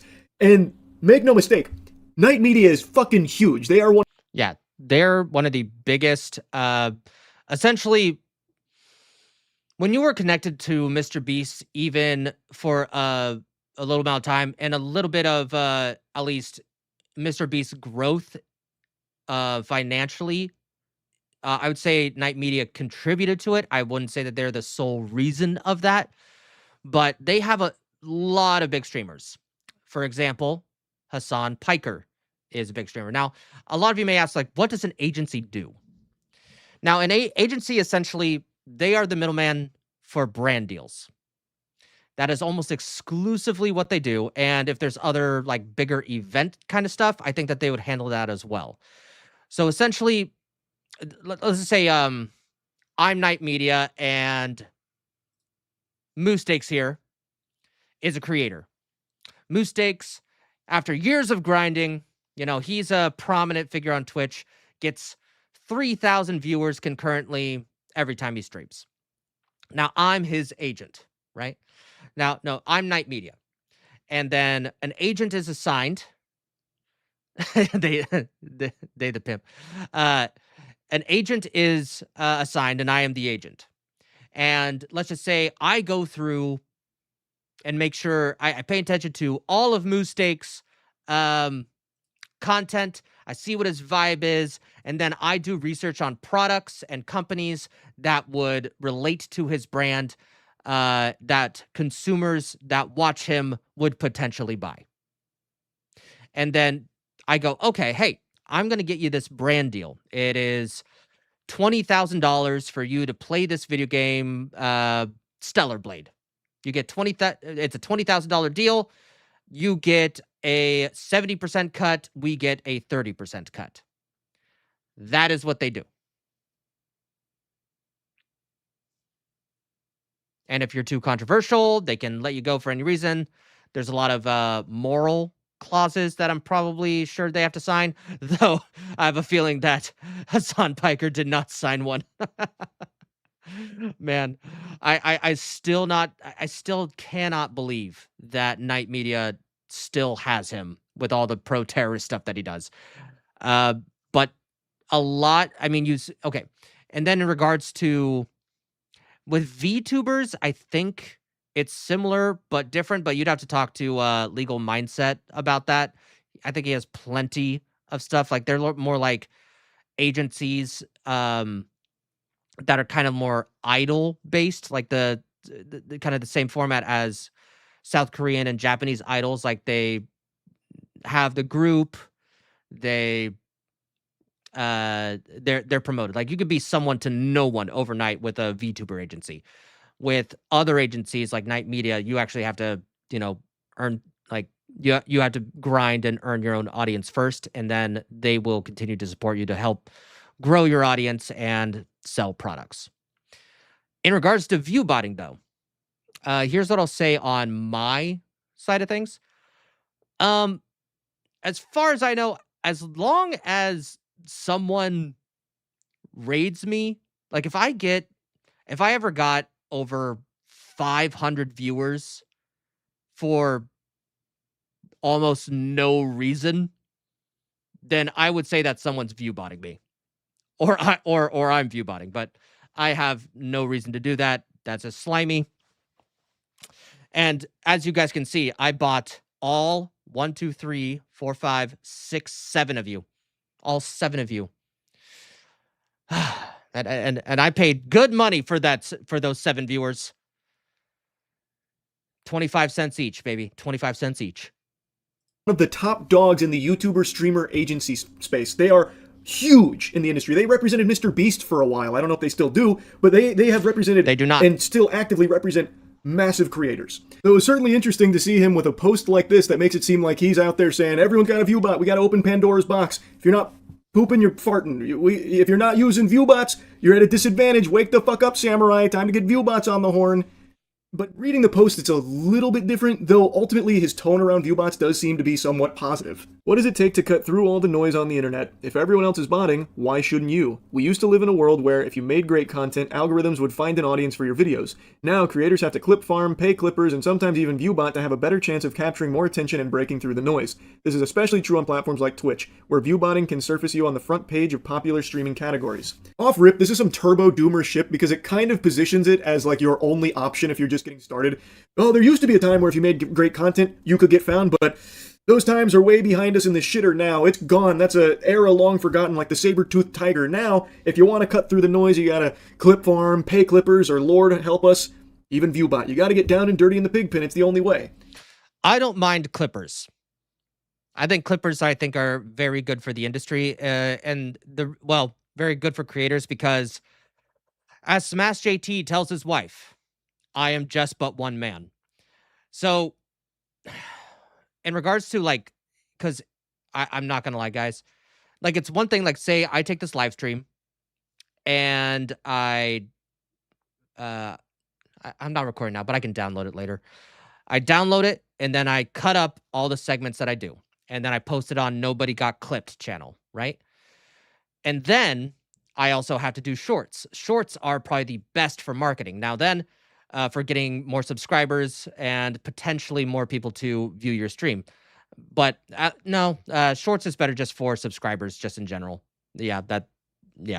And then videos are also great for subscribers, like if I do those clips. But with those clips, like let's just say 7 to 15 minute clip from this live stream, the potentiality of me getting an actual viewer for a stream is higher than it would be on shorts, unless that person who is watching the short is someone that watches, live streamers congruently. It's a rough market. I mean, there's, like I showed you before, there was almost 300,000 people, watching in the category of just chatting, just on Kick. I'm not even including Twitch. So there are a lot of streamers, there's a lot of content creators, and there's a lot of competition. And I do understand why people would ViewBot, especially if the numbers are against you. Because let's just say this. Let's just say I'm on Twitch and I'm only getting one viewer every time I stream, right? Again, I don't care. I get one viewer every time I stream. And let's just say my content is amazing. It's fucking badass. Yeah, hell yeah. But it just seems like an uphill game. Now, to turn the tides, let's just say, hey, I want 400 viewers. And if I consistently did that for a month, and that's the number I choose. It's always 400 viewers, concurrent viewers at a time. Because the number is up in viewers, that means I get ranked in, not in an algorithm for Twitch or Kick, I get ranked higher in viewership in a certain category, then that means more people might be coming down to my stream. So then after a month, let's say I have 1,000, so that after a month I gain 500 more concurrent viewers, and then I stop doing bots. Then that means I'm back to 400 to 500 concurrent viewers. Real viewers that time.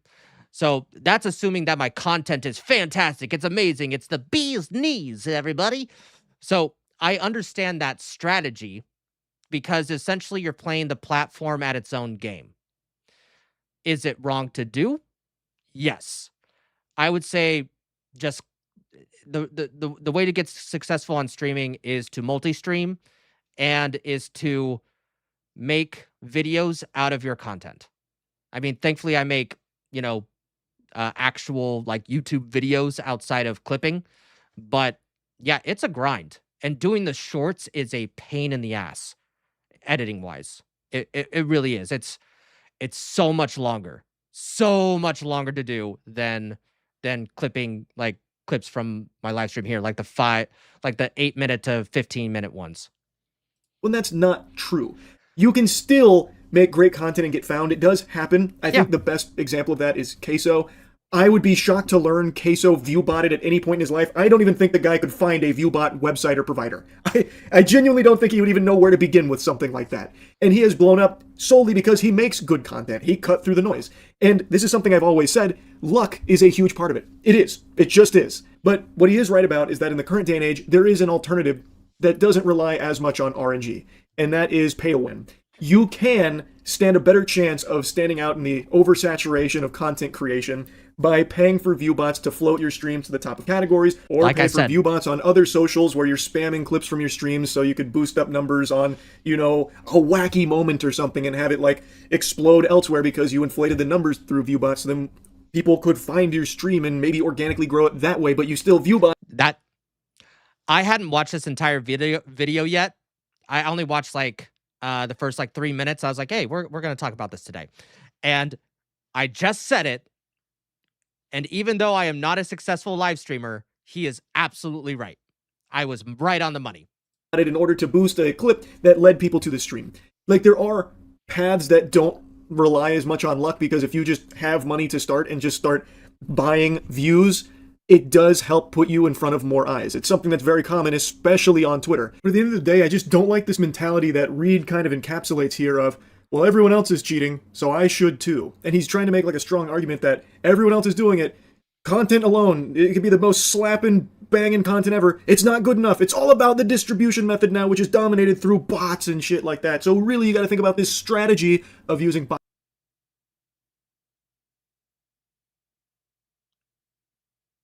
Orals, huh? No, I see your comment. I see you correcting yourself. I'm just going to keep this up here. Actually, I'm going to make it bigger.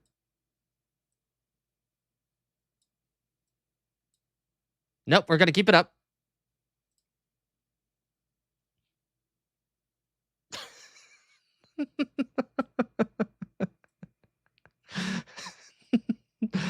I just think that is all sorts of hilarious. Hold on.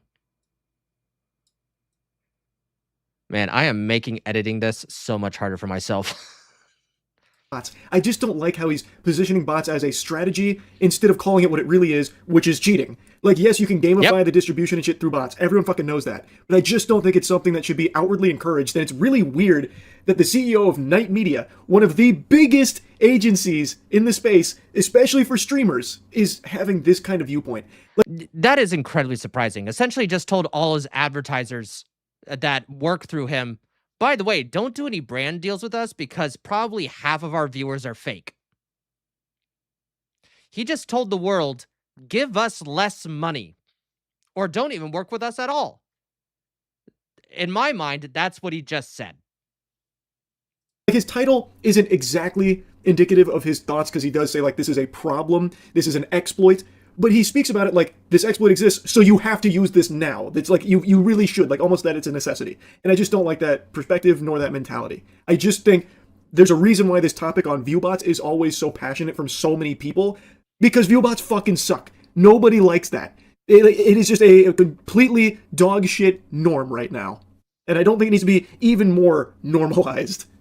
I actually saw a video a while ago where it was this girl and she made an alternative Twitch account and started streaming on there. And I forget what her numbers were, like how much she paid for. But I think she had like 500 followers or something like that, maybe a little bit more. But what ended up really happening is that she just had a lot of viewers, but no one was chatting, like, at all. And she ended up just being really bored, because what ends up happening is, and you guys can attest to this too, as you know, someone that's viewing my stream, or Smash ATs, or Hypnotics, or 8-Bit Eric's, or Gamer Empress, all those people, is that when you actually have a genuine person that's paying attention to your content and is interacting with you, God, that is so much more valuable to me. It's like, oh, thank God.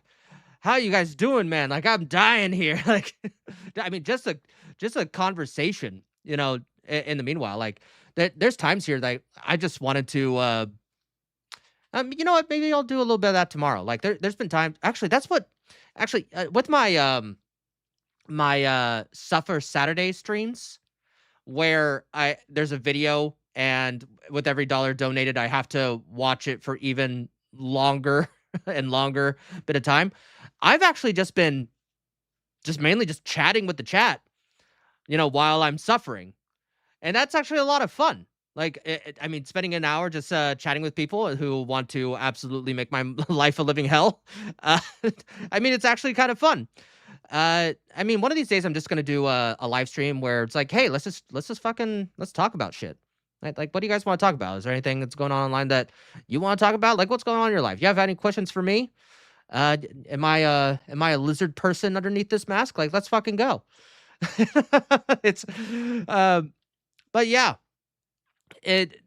so when it's actually a real person, and you know that there's real people on the other side of the screen, it's just a better experience and better time. So when you see people view botting, especially if they don't have any community, like if you have like 300 to 500 people consistently in your stream, and then you start view botting, then I think that you can actually get away with it a little easier.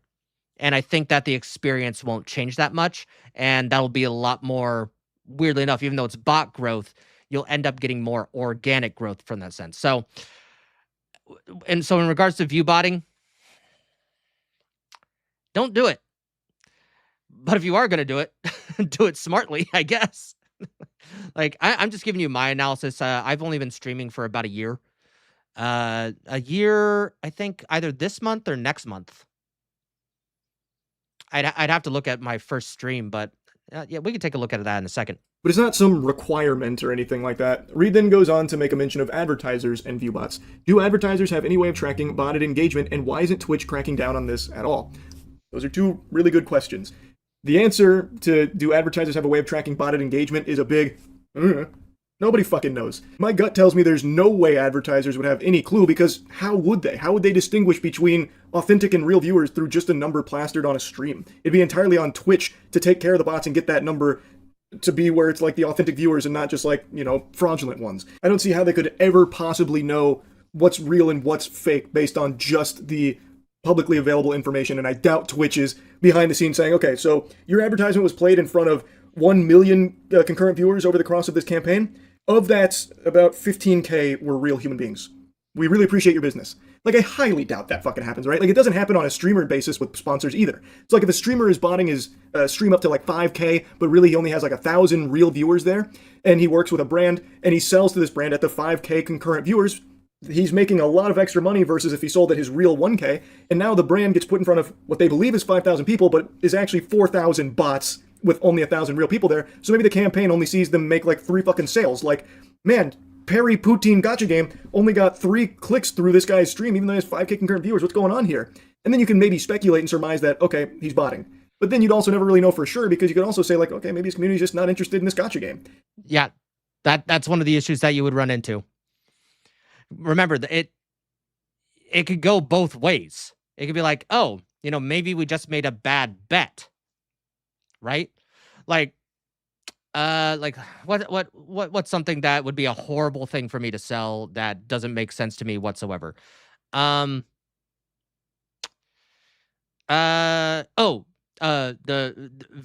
fume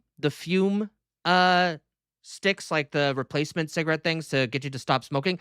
I would be a bad person for that, because I hate them.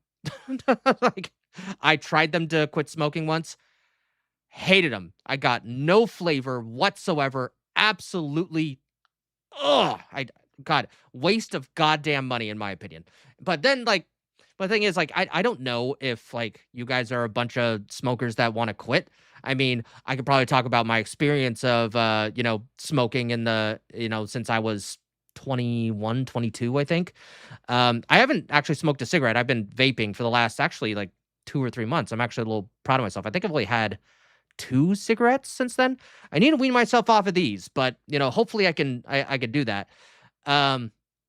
Yeah, Fume was fucking awful. I absolutely hated it. Like, you don't taste anything. There's like, hey, you have these little tiny like things, and then it'll taste like mint or something like that, and then there's almost barely any flavor whatsoever.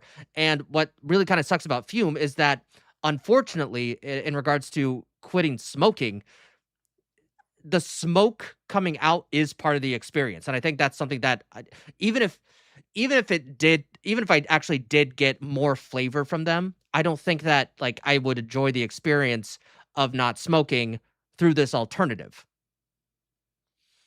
Let's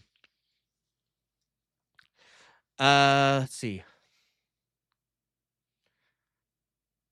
From 50 to 1,000 in a half hour. LOL.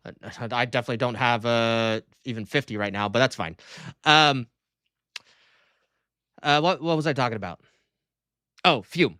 So yeah, that'd be a bad product for me to sell. And but then you can have a thing like Raycons. For some reason I've been like labeled as the headphone guy in parts with other creators in my community. Like I'm just the headphone guy. I'm like, what? Why aren't you guys wearing headphones? Like you're just letting your monitors the volume from your monitor hit your, like, I don't know how they're doing it. And so whatever. I can ask Smash JT about it later. He doesn't wear headphones, but I'm known as the headphone guy. So let's just say someone comes up to me and goes, hey, you want to sell Raycons? I would love to promote Raycon. I used to use them all the time. Lost them in a move, which kind of sucks. But yeah, I would say, hey, this stream is sponsored by Raycon and da-da-da-da-da-da-da-da-da. And but with that in mind, I'm also not known as the Raycon guy. And maybe some of you would purchase the product just to support me. And maybe some of you would be like, I tried them a few years ago. They weren't for me. Or they'd be like, you know what? Just because, I've needed some new workout earbuds. This might work out for me. And I trust that nobody has used them before and that he could vouch for them. Right. So, but maybe a lot of people buy them. Maybe not a lot of people buy them. Is he view botting? I don't know. Right. So it's almost an impossible task to take over when it's so abhorrent throughout the entire industry at this point. How do you fix it? Well, the answer right now, according to the platforms other than YouTube, is, well, if you can't fix it, then don't try to. I think that's where it's at right now. These brands, I don't think have any idea, is the point I'm making. I don't see how they would. It's entirely on Twitch to combat the bots, and I don't think there's a way or a tool that these brands have access to that normal people don't that lets them see real versus fake viewers. And then to Reed's second question about why does Twitch not crack down on it, I think everyone knows, because Twitch also benefits from these hugely inflated numbers. They see a lot of upside to these massive numbers being housed on Twitch. I think that's pretty clear. Probably don't need to dive any deeper on that.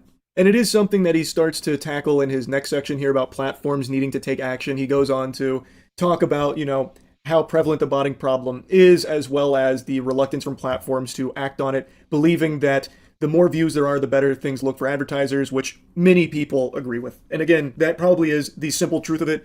If these numbers are huge, the platforms are probably very happy because then it's more appealing to advertisers. It could end up with more money to the platform itself. I think it really is that simple. Now, it's this section that ties directly into the eye-catching title that he used. Actually, headphones actually would be probably a good product for me. Like, if anyone ever approached me, they could go, wow, you've been using those cheap Amazon headphones for how long? A year?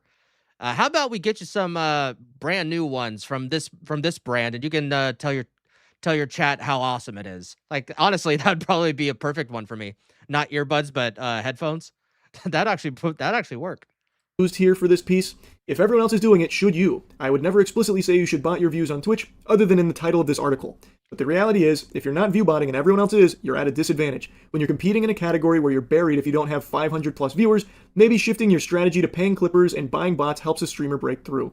I wanted to see what it would cost to bot a stream, and for $180 a week on ViewBotter, I can get 1,500 followers, 225 chatters, and 750 concurrent viewers. Not bad for less than $800 a month, and these companies accept crypto payments. Jeez. So, he's saying that he's not actively advocating for viewbotting your channel, but if you're not, well, you got your own dick in your butt. Like, everyone around you is doing it. Maybe you should shift your strategy. I don't know. To me, that feels like he is advocating for it. Maybe I'm on the crack pipe. He's pointing out a real problem, that these platforms don't enforce it, so the precedent has been set that there's no actual consequences.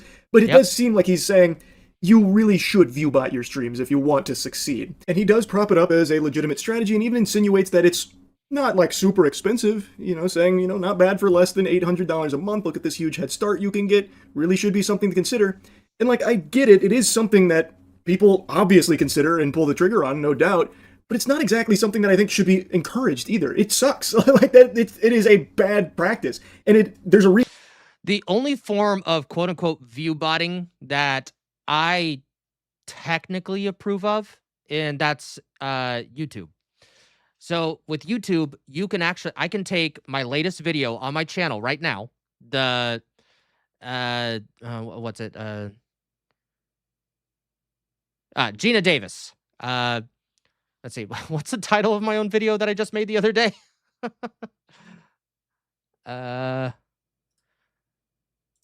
What's the title of my video? Gina Davis, the woman who destroyed Hollywood.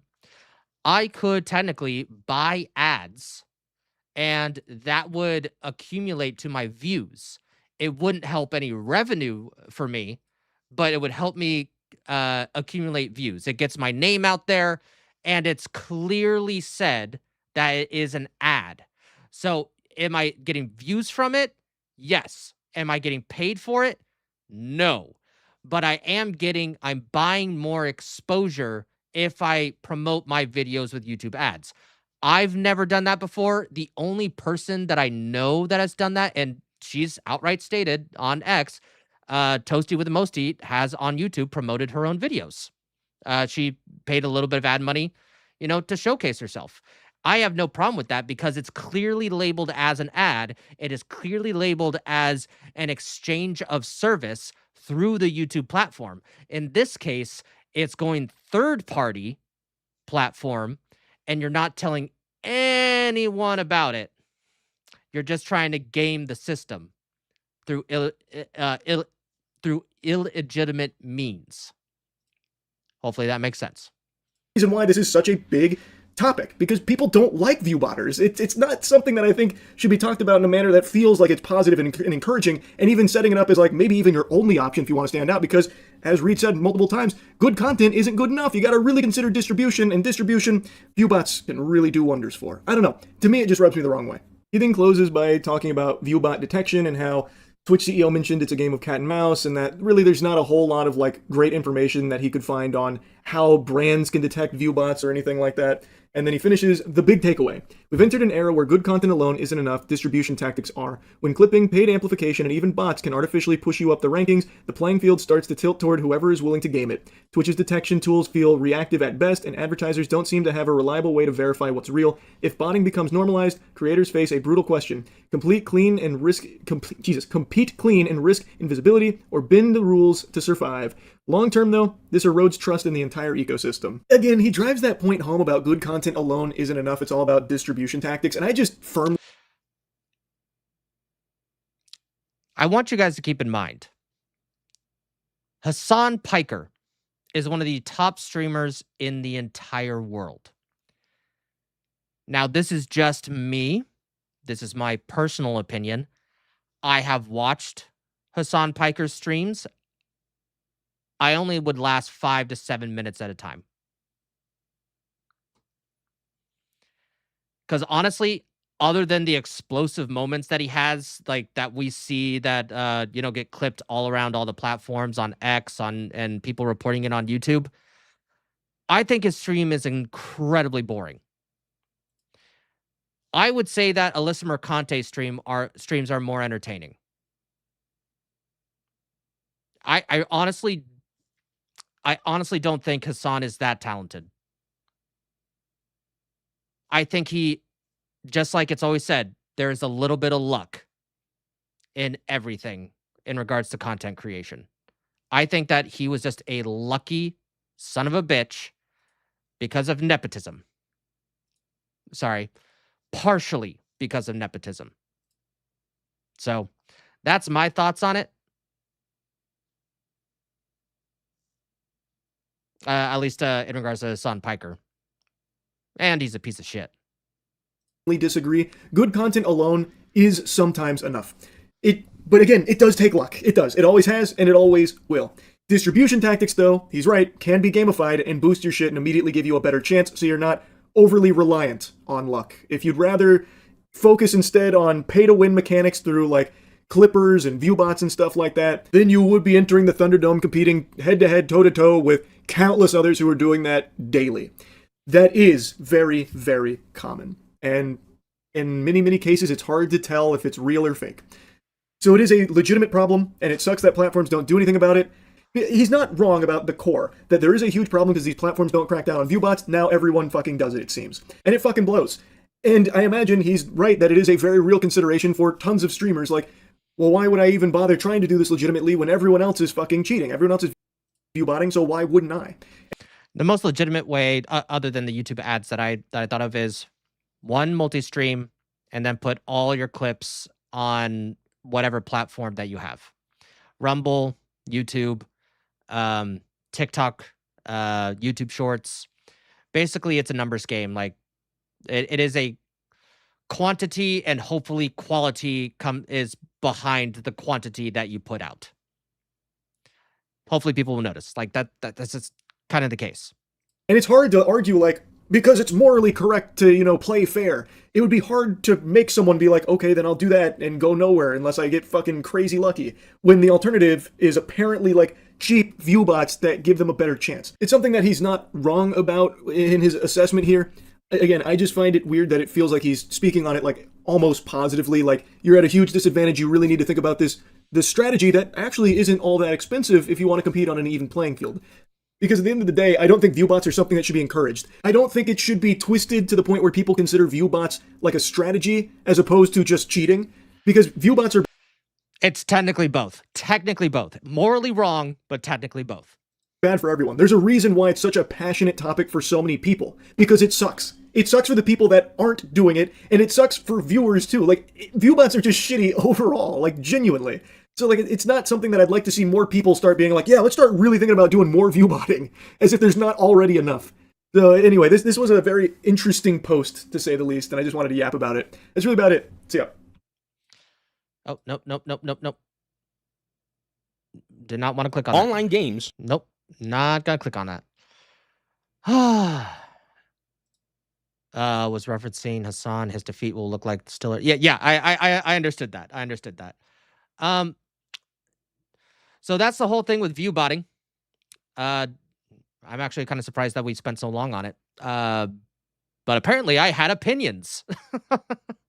And hell, maybe I sound like a dumbass, but I don't know. I don't think I'm wrong. Again, I've only been streaming for a year, and majority of that was on YouTube. It's only, 4 or 5 months ago I started multi-streaming. I'd have to look back. But I actually did say that. So I was able to pull it up. This is my first stream, and I unlisted it. Let's see here. Let's look at the analytics. Yeah, see, so this was April. Yeah, this is April 14th, I believe. No, wait, no, hold on, let's do this. Yep, April 14th, 2025, almost a year ago. So in a month and 10 days. I didn't know what I was supposed to do. And then the next day I streamed twice. I streamed the Messenger for like 22 minutes before Smash JT's stream. And then during part 2, after Smash's stream, he ended up raiding me, and I had like 300 people like all of a sudden in my stream. I was like, oh no. Oh no. Who made the post though? What do you mean, who made the post? Oh, the person who made the post on X in regards to the whole situation, that was Reese from Night Media, like the owner of Night Media. But yeah, this was me. And the thing is, I had no viewers. And I was there for like 4.5 minutes. And I was like, oh, this is dumb. It's like, I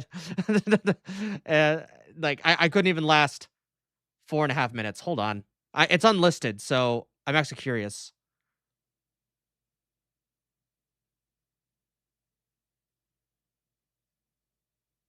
I don't even know if I'm saying anything right now.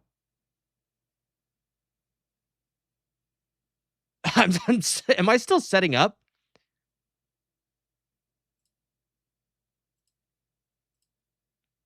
Dude, I don't think I turned my mic isn't on me. I don't even think I have my lights on, dude.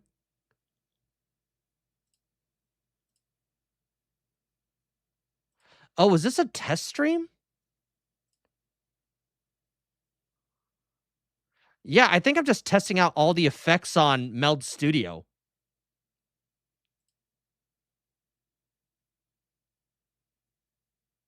Yeah, I think that's all I'm doing.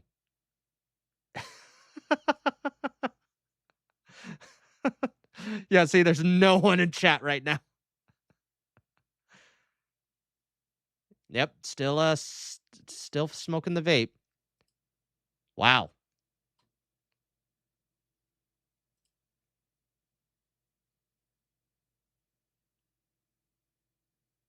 Interesting. Very interesting. I can't believe it's been almost a year. That's crazy. Anyway, let's see. Let us move on. We skipped Sweet Anissa. Oh, dude, I had. Okay, I wanted to go. Hold on. Yeah, I wanted to go here. So this is Warren Smith. Warren Smith, he's a badass. He's a kind of known for his logical style of thinking and communicating, and kind of expressing the issues with communication in regards to video, and how one person is definitely more logical than the other. But let's take a look here, because apparently the moment... Wait, this isn't the video I wanted.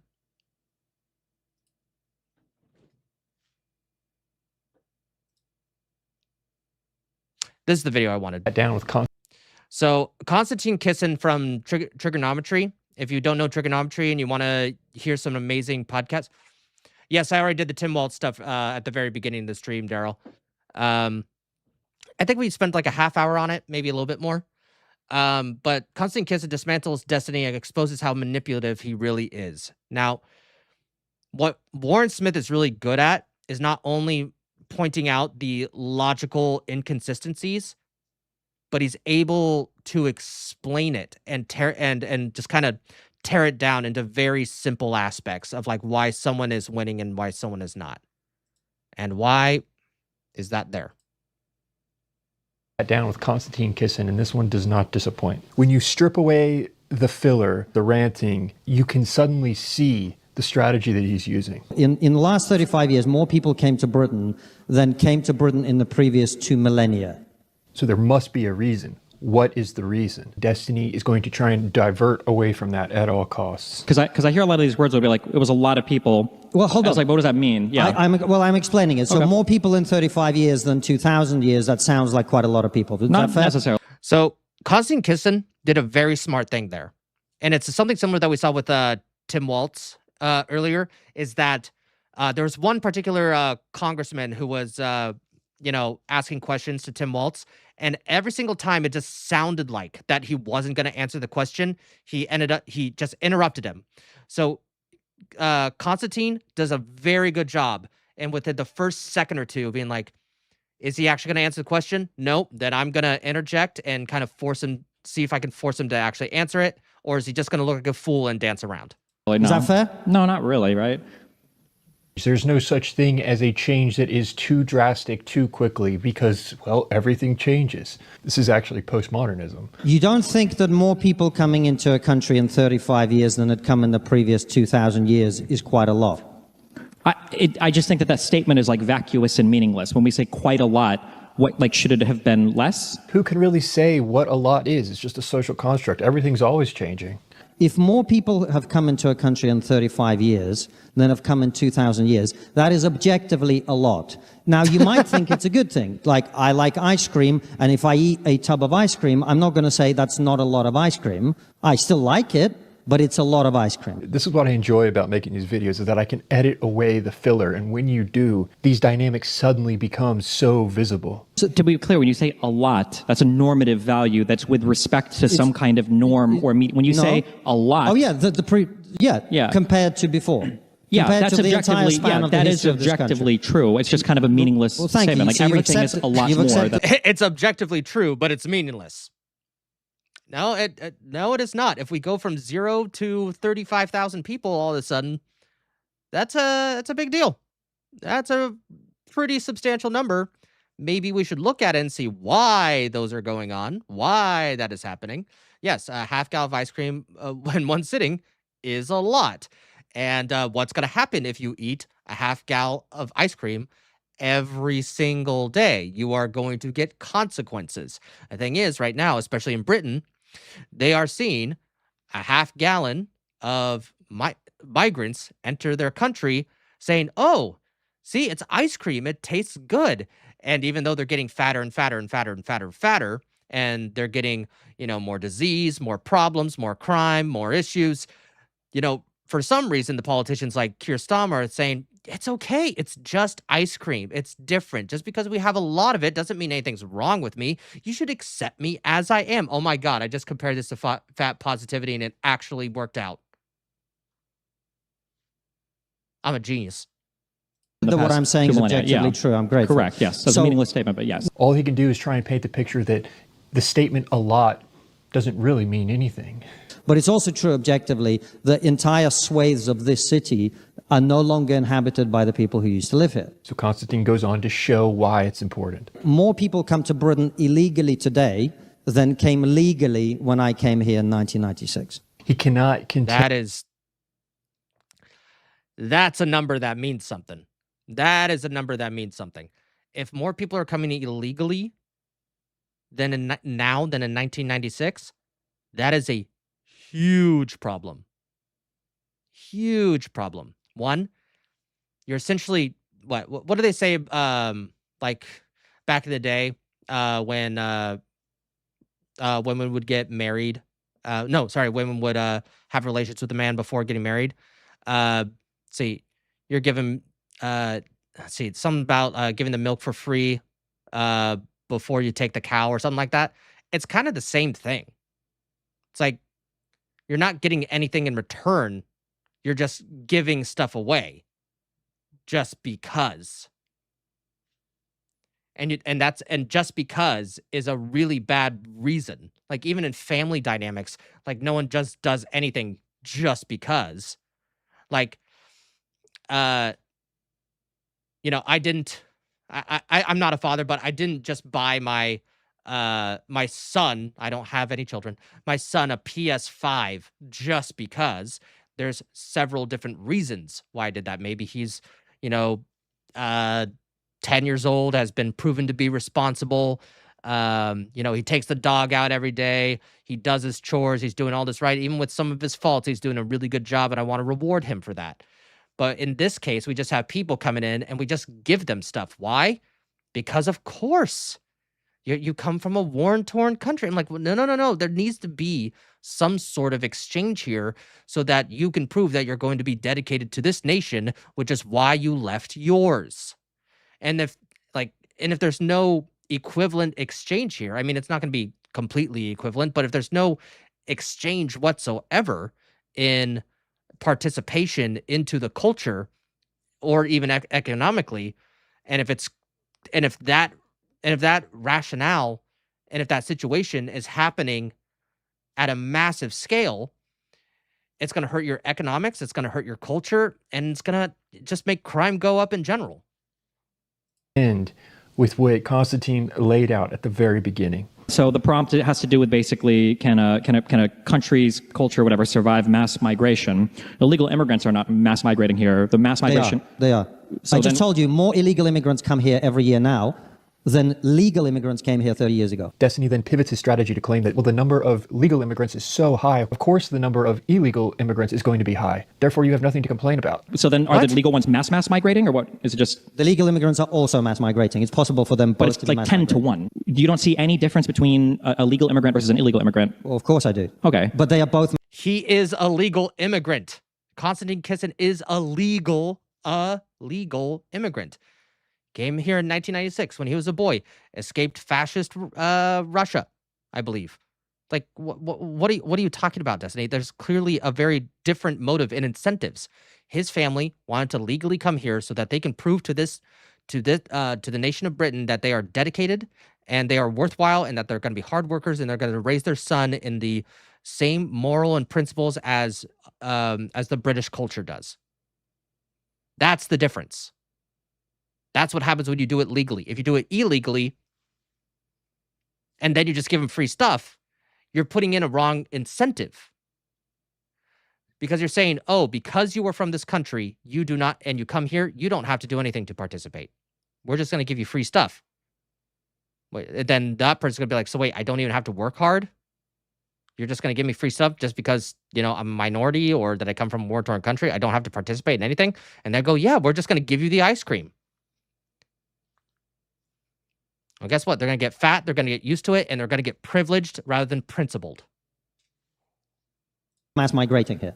They're both coming here in unprecedented numbers. Now he's going to try and attack the very concept of unprecedented. Everything is unprecedented. Therefore, the word unprecedented does not mean anything.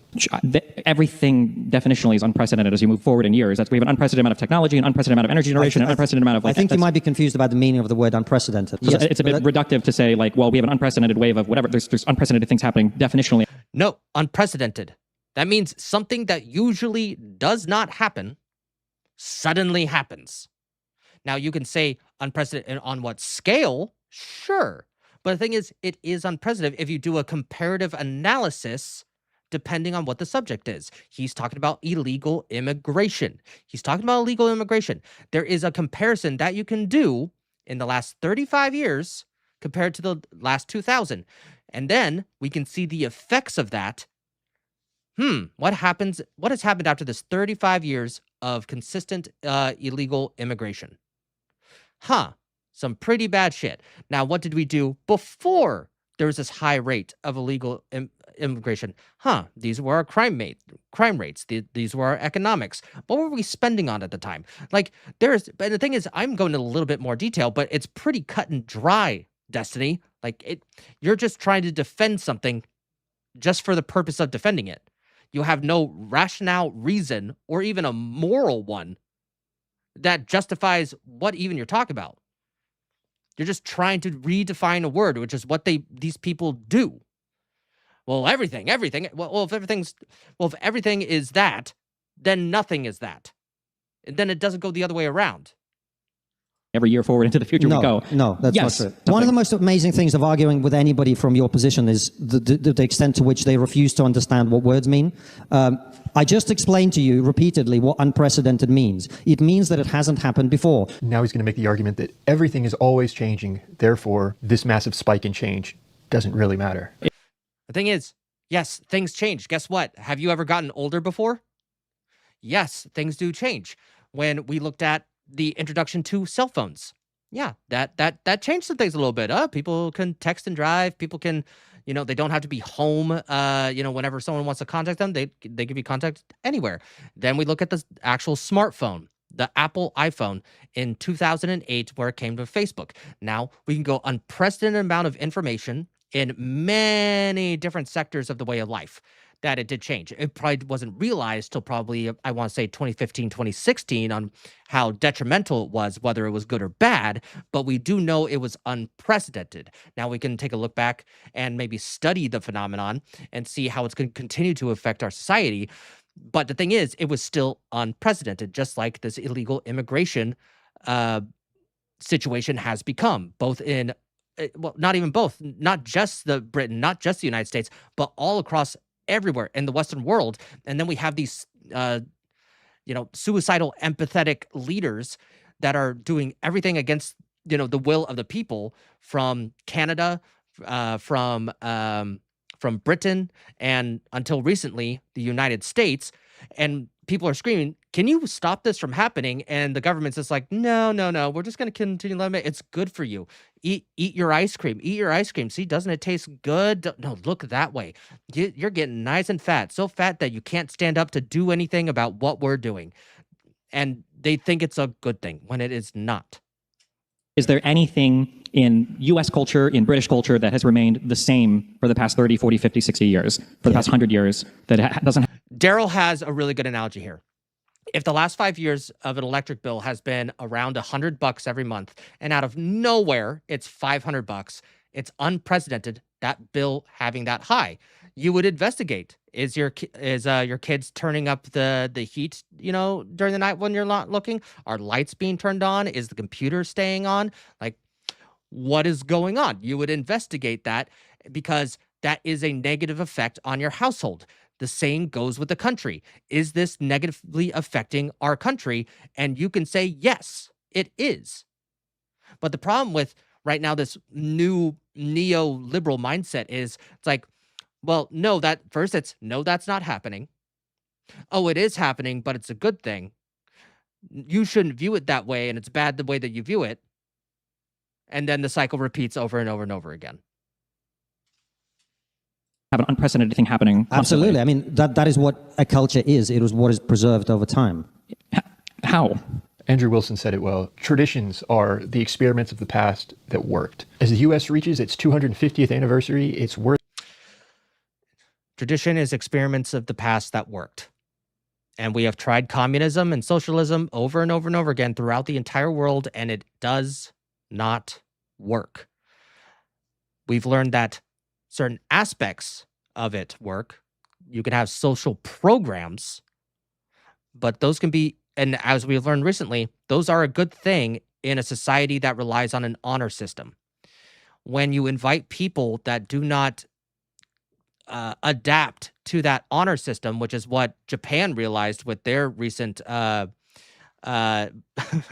Muslim immigrants, they started passing laws to be like, nope, this isn't happening. And they are ready to deport anybody for even lifting a finger against their culture. Like, they're just waiting to kick people out. And we're already kicking people out, and we're actually being nicer than most countries would be. Believe it or not, we're actually being fairly nice. You can self-deport for $2,600 right now. Hey, you get to leave. You leave the country. You're not going to get arrested. Just go back to your country, and we'll give you $2,600. And after 10 years, you can reapply and do it the right way. That's a pretty good fucking deal. But people looked at that and said, no, I'm not going back. It's like, well, you shouldn't have been here in the first place. Get the fuck out. Taking a second to recognize the people who have helped sustain this country. That's the thing I try to get across to my wife, laugh my ass off. You have to know your history so that you know what worked. Exactly. Knowing what works. Believe it or not. Since the beginning. Among them are American ranchers. For generations, through economic instability, wars, natural disasters, ranchers have continued on to feed this country. And that tradition lives on today through Good Ranchers. Good Ranchers sources all of their meat from American farmers and ranchers. Every cut is processed, packaged, and delivered right here in the U.S. Even their customer support team is based domestically. And Good Ranchers donates a portion of their profits to veteran organizations. I have now subscribed to Good Ranchers myself, and it is excellent. I really enjoy steak, so I appreciate how easy this is to manage. I can just pause deliveries and order more, or make whatever changes I need. Their system is built to accommodate schedules. To support a company that's committed to honoring America's past, present, and future, visit goodranchers.com today. When you start your plan, you'll get to pick a free meat to include in every order for life. Plus, you'll get $25. If we're going to be doing reacting to videos, it's only a good thing to have them do their ad reads for the videos. It's good for them. It's one of the reasons why I share their YouTube videos. So, just in case. There you go. Off your first order if you use my code Warren. That's code Warren for $25 off your first order. GoodRanchers.com, American meat delivered. A culture is what people do without having been told to do so by law. But what is an example of a culture that is unchanging? So because cultures change in some way. Japan is a great example of culture not changing. Japan is a fantastic example. They want to preserve their culture to the best of their abilities. There's certain traditions that they still hold to this day, even though they've modernized. Like that, you can leave your laptop or your bike like unlocked. You don't have to take it with you. You don't have to put it in your backpack. Like a laptop, you could leave it there and no one will take it. They've done this experiment on YouTube videos over and over and over again. They are a very, very trusting society. And then they adapt to their technologies. Like They have women-only trains. The women, female-only cars for their railway system, because even though it's not the biggest issue in the world, they're like, no, even though we live on an honor system, we do understand that there are bad men out there that will take advantage of women on the train. So we want to have if females want to have their own space, we're going to give it to them. And it's good for society. And it prevents crime statistics from happening. It's a win-win in that case. And it's economically viable. Over time, we have no right to care about a massive, rapid change now. Because that is his logic. I feel like cultures are evolving all the time. It's definition. Because he's known for debating. He's the one he's one of the people that promoted Hassan Piker. He was one of the original debate bros. And he's a lefty lunatic that just look up Destiny streamer controversies. You'll have a fun time. A part of culture. If you have a brother, both of you will be different for your entire lives. But there would be a family culture that you have that's different to other families. But you wouldn't be the same as you were when you were 10 years old. No, you you grow wouldn't. and change, Of right? course. So when you talk about But you're still the preserving same culture, person, right? What? You're still the same person. Yeah, but you're dramatically changed. But you're still the same. No. But it's pretty clear what Constantine is trying to say here. You are the same person, regardless of how you change in life. Are you the same as you were 10 or 15 years ago? What do you mean by that? The same. You're not unchanged, right? This is what it feels like to talk to a postmodernist. Are you pretending to be a moron, or are you actually being one? I loved it. I love this. Just you can only take it for so long. It's like, okay, I understand your reasoning. It's a little ridiculous, but I'll kind of play along. I'm gonna push back. It's a debate, whatever. And then there's just that moment of, what? So your claim was that we need to preserve culture because cultures aren't supposed to change. No, that's not my claim. He never said that. Notice how Destiny spins the claim to something that Constantine never said. My question is, over the past 30 or 40 years, what are things that have changed in American or British culture that you feel over the past 200 years before that were unchanging? Okay. Essentially, Destiny's argument is everything changes, therefore you should embrace the change. This is inevitable, therefore you can't have a problem with it. One of the things that has changed in Britain over the last 30 years is we now have extensive number of Islamist terrorist attacks, mass stabbings, mass rape of British girls by Islamists. See, doing the comparison analysis on a certain subject for a certain amount of time. Hopefully you broaden the scale enough just so that you have enough data to offset any irregularities, and then try to find a conclusion and an answer to fix the problem from there. Hopefully you find more instances so you don't just label a certain amount of certain type of people, or maybe there's other economic or cultural downturns that are separate from the immigration crisis. But the thing is, it's very obvious because there's nowhere else to point to. That's the biggest change that there's ever been in Britain, in the United States, in the Western world. And we're learning, or relearning right now, that borders need to be borders, and borders are there for a reason. They don't just protect your family, they protect your culture, and they protect your economics. And that when anyone comes in and they want to stay long-term or become a citizen, then you have to take a really good look at them, because you have no idea what kind of culture they are coming from. That's one of the reasons why, like, if someone wanted to immigrate from France to the United States, we have a good generalization of what their culture is. There are many values that translate very well. But when you're looking at Somalia, that's still a third world country that's still developing. They're still in the kind of survival mode that I got to take what I can get. You're going to get very different outcomes because of that. It's a completely different mindset. Like, it's very different if there was a baby Somalian that was adopted by Americans and then grew up here. Very different. They were grown up in American culture. If you spend 10 to 45 years in Somalia and then come here, you're going to be stuck in a mindset and in a country that you don't understand. And Muslim grooming gangs. This is not something that happened in this culture before. You're not understanding. You're not following the conversation. Stephen. Again, distract from what is most important here, the fact that we are seeing a massive, rapid transformation, the likes of which we have never seen before. Answer my question. If 500,000 girls have been mass raped in this way, specifically being targeted because they were not of a particular religion or ethnicity, how many of them would have to be treated in this way for you to admit that it's a mass thing? Constantine is pointing out a massive, rapid alteration in an effort to identify what is causing that alteration. Well, everything changes, so therefore you can't have a problem with this massive, rapid change that is unprecedented. Conservatives, you play this game where you falsely identify a problem, you lie to the audience about it, and but it is a problem.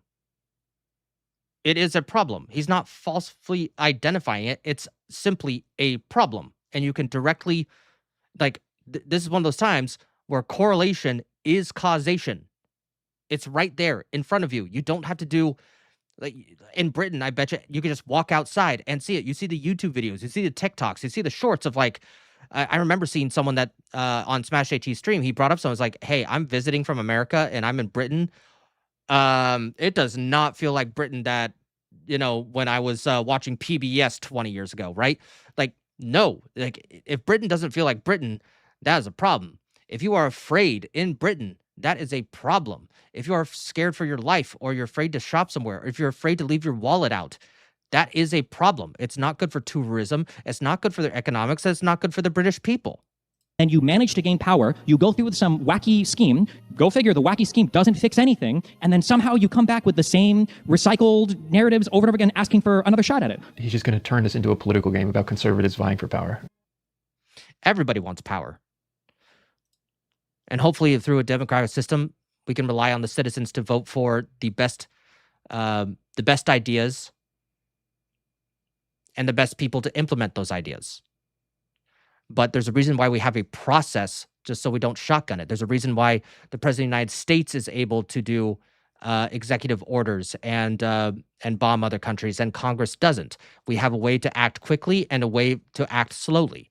And those are there for particular reasons, because our forefathers were smart enough, were incredibly smart enough to have those balances of power. But with that being said, ladies and gentlemen, I think we're going to end it right there. And thank you for joining me in the stream. It was a whole lot of fun. And just remember, you are somebody. I am nobody. We will be rating Smash JT as usual. And have a fantastic day.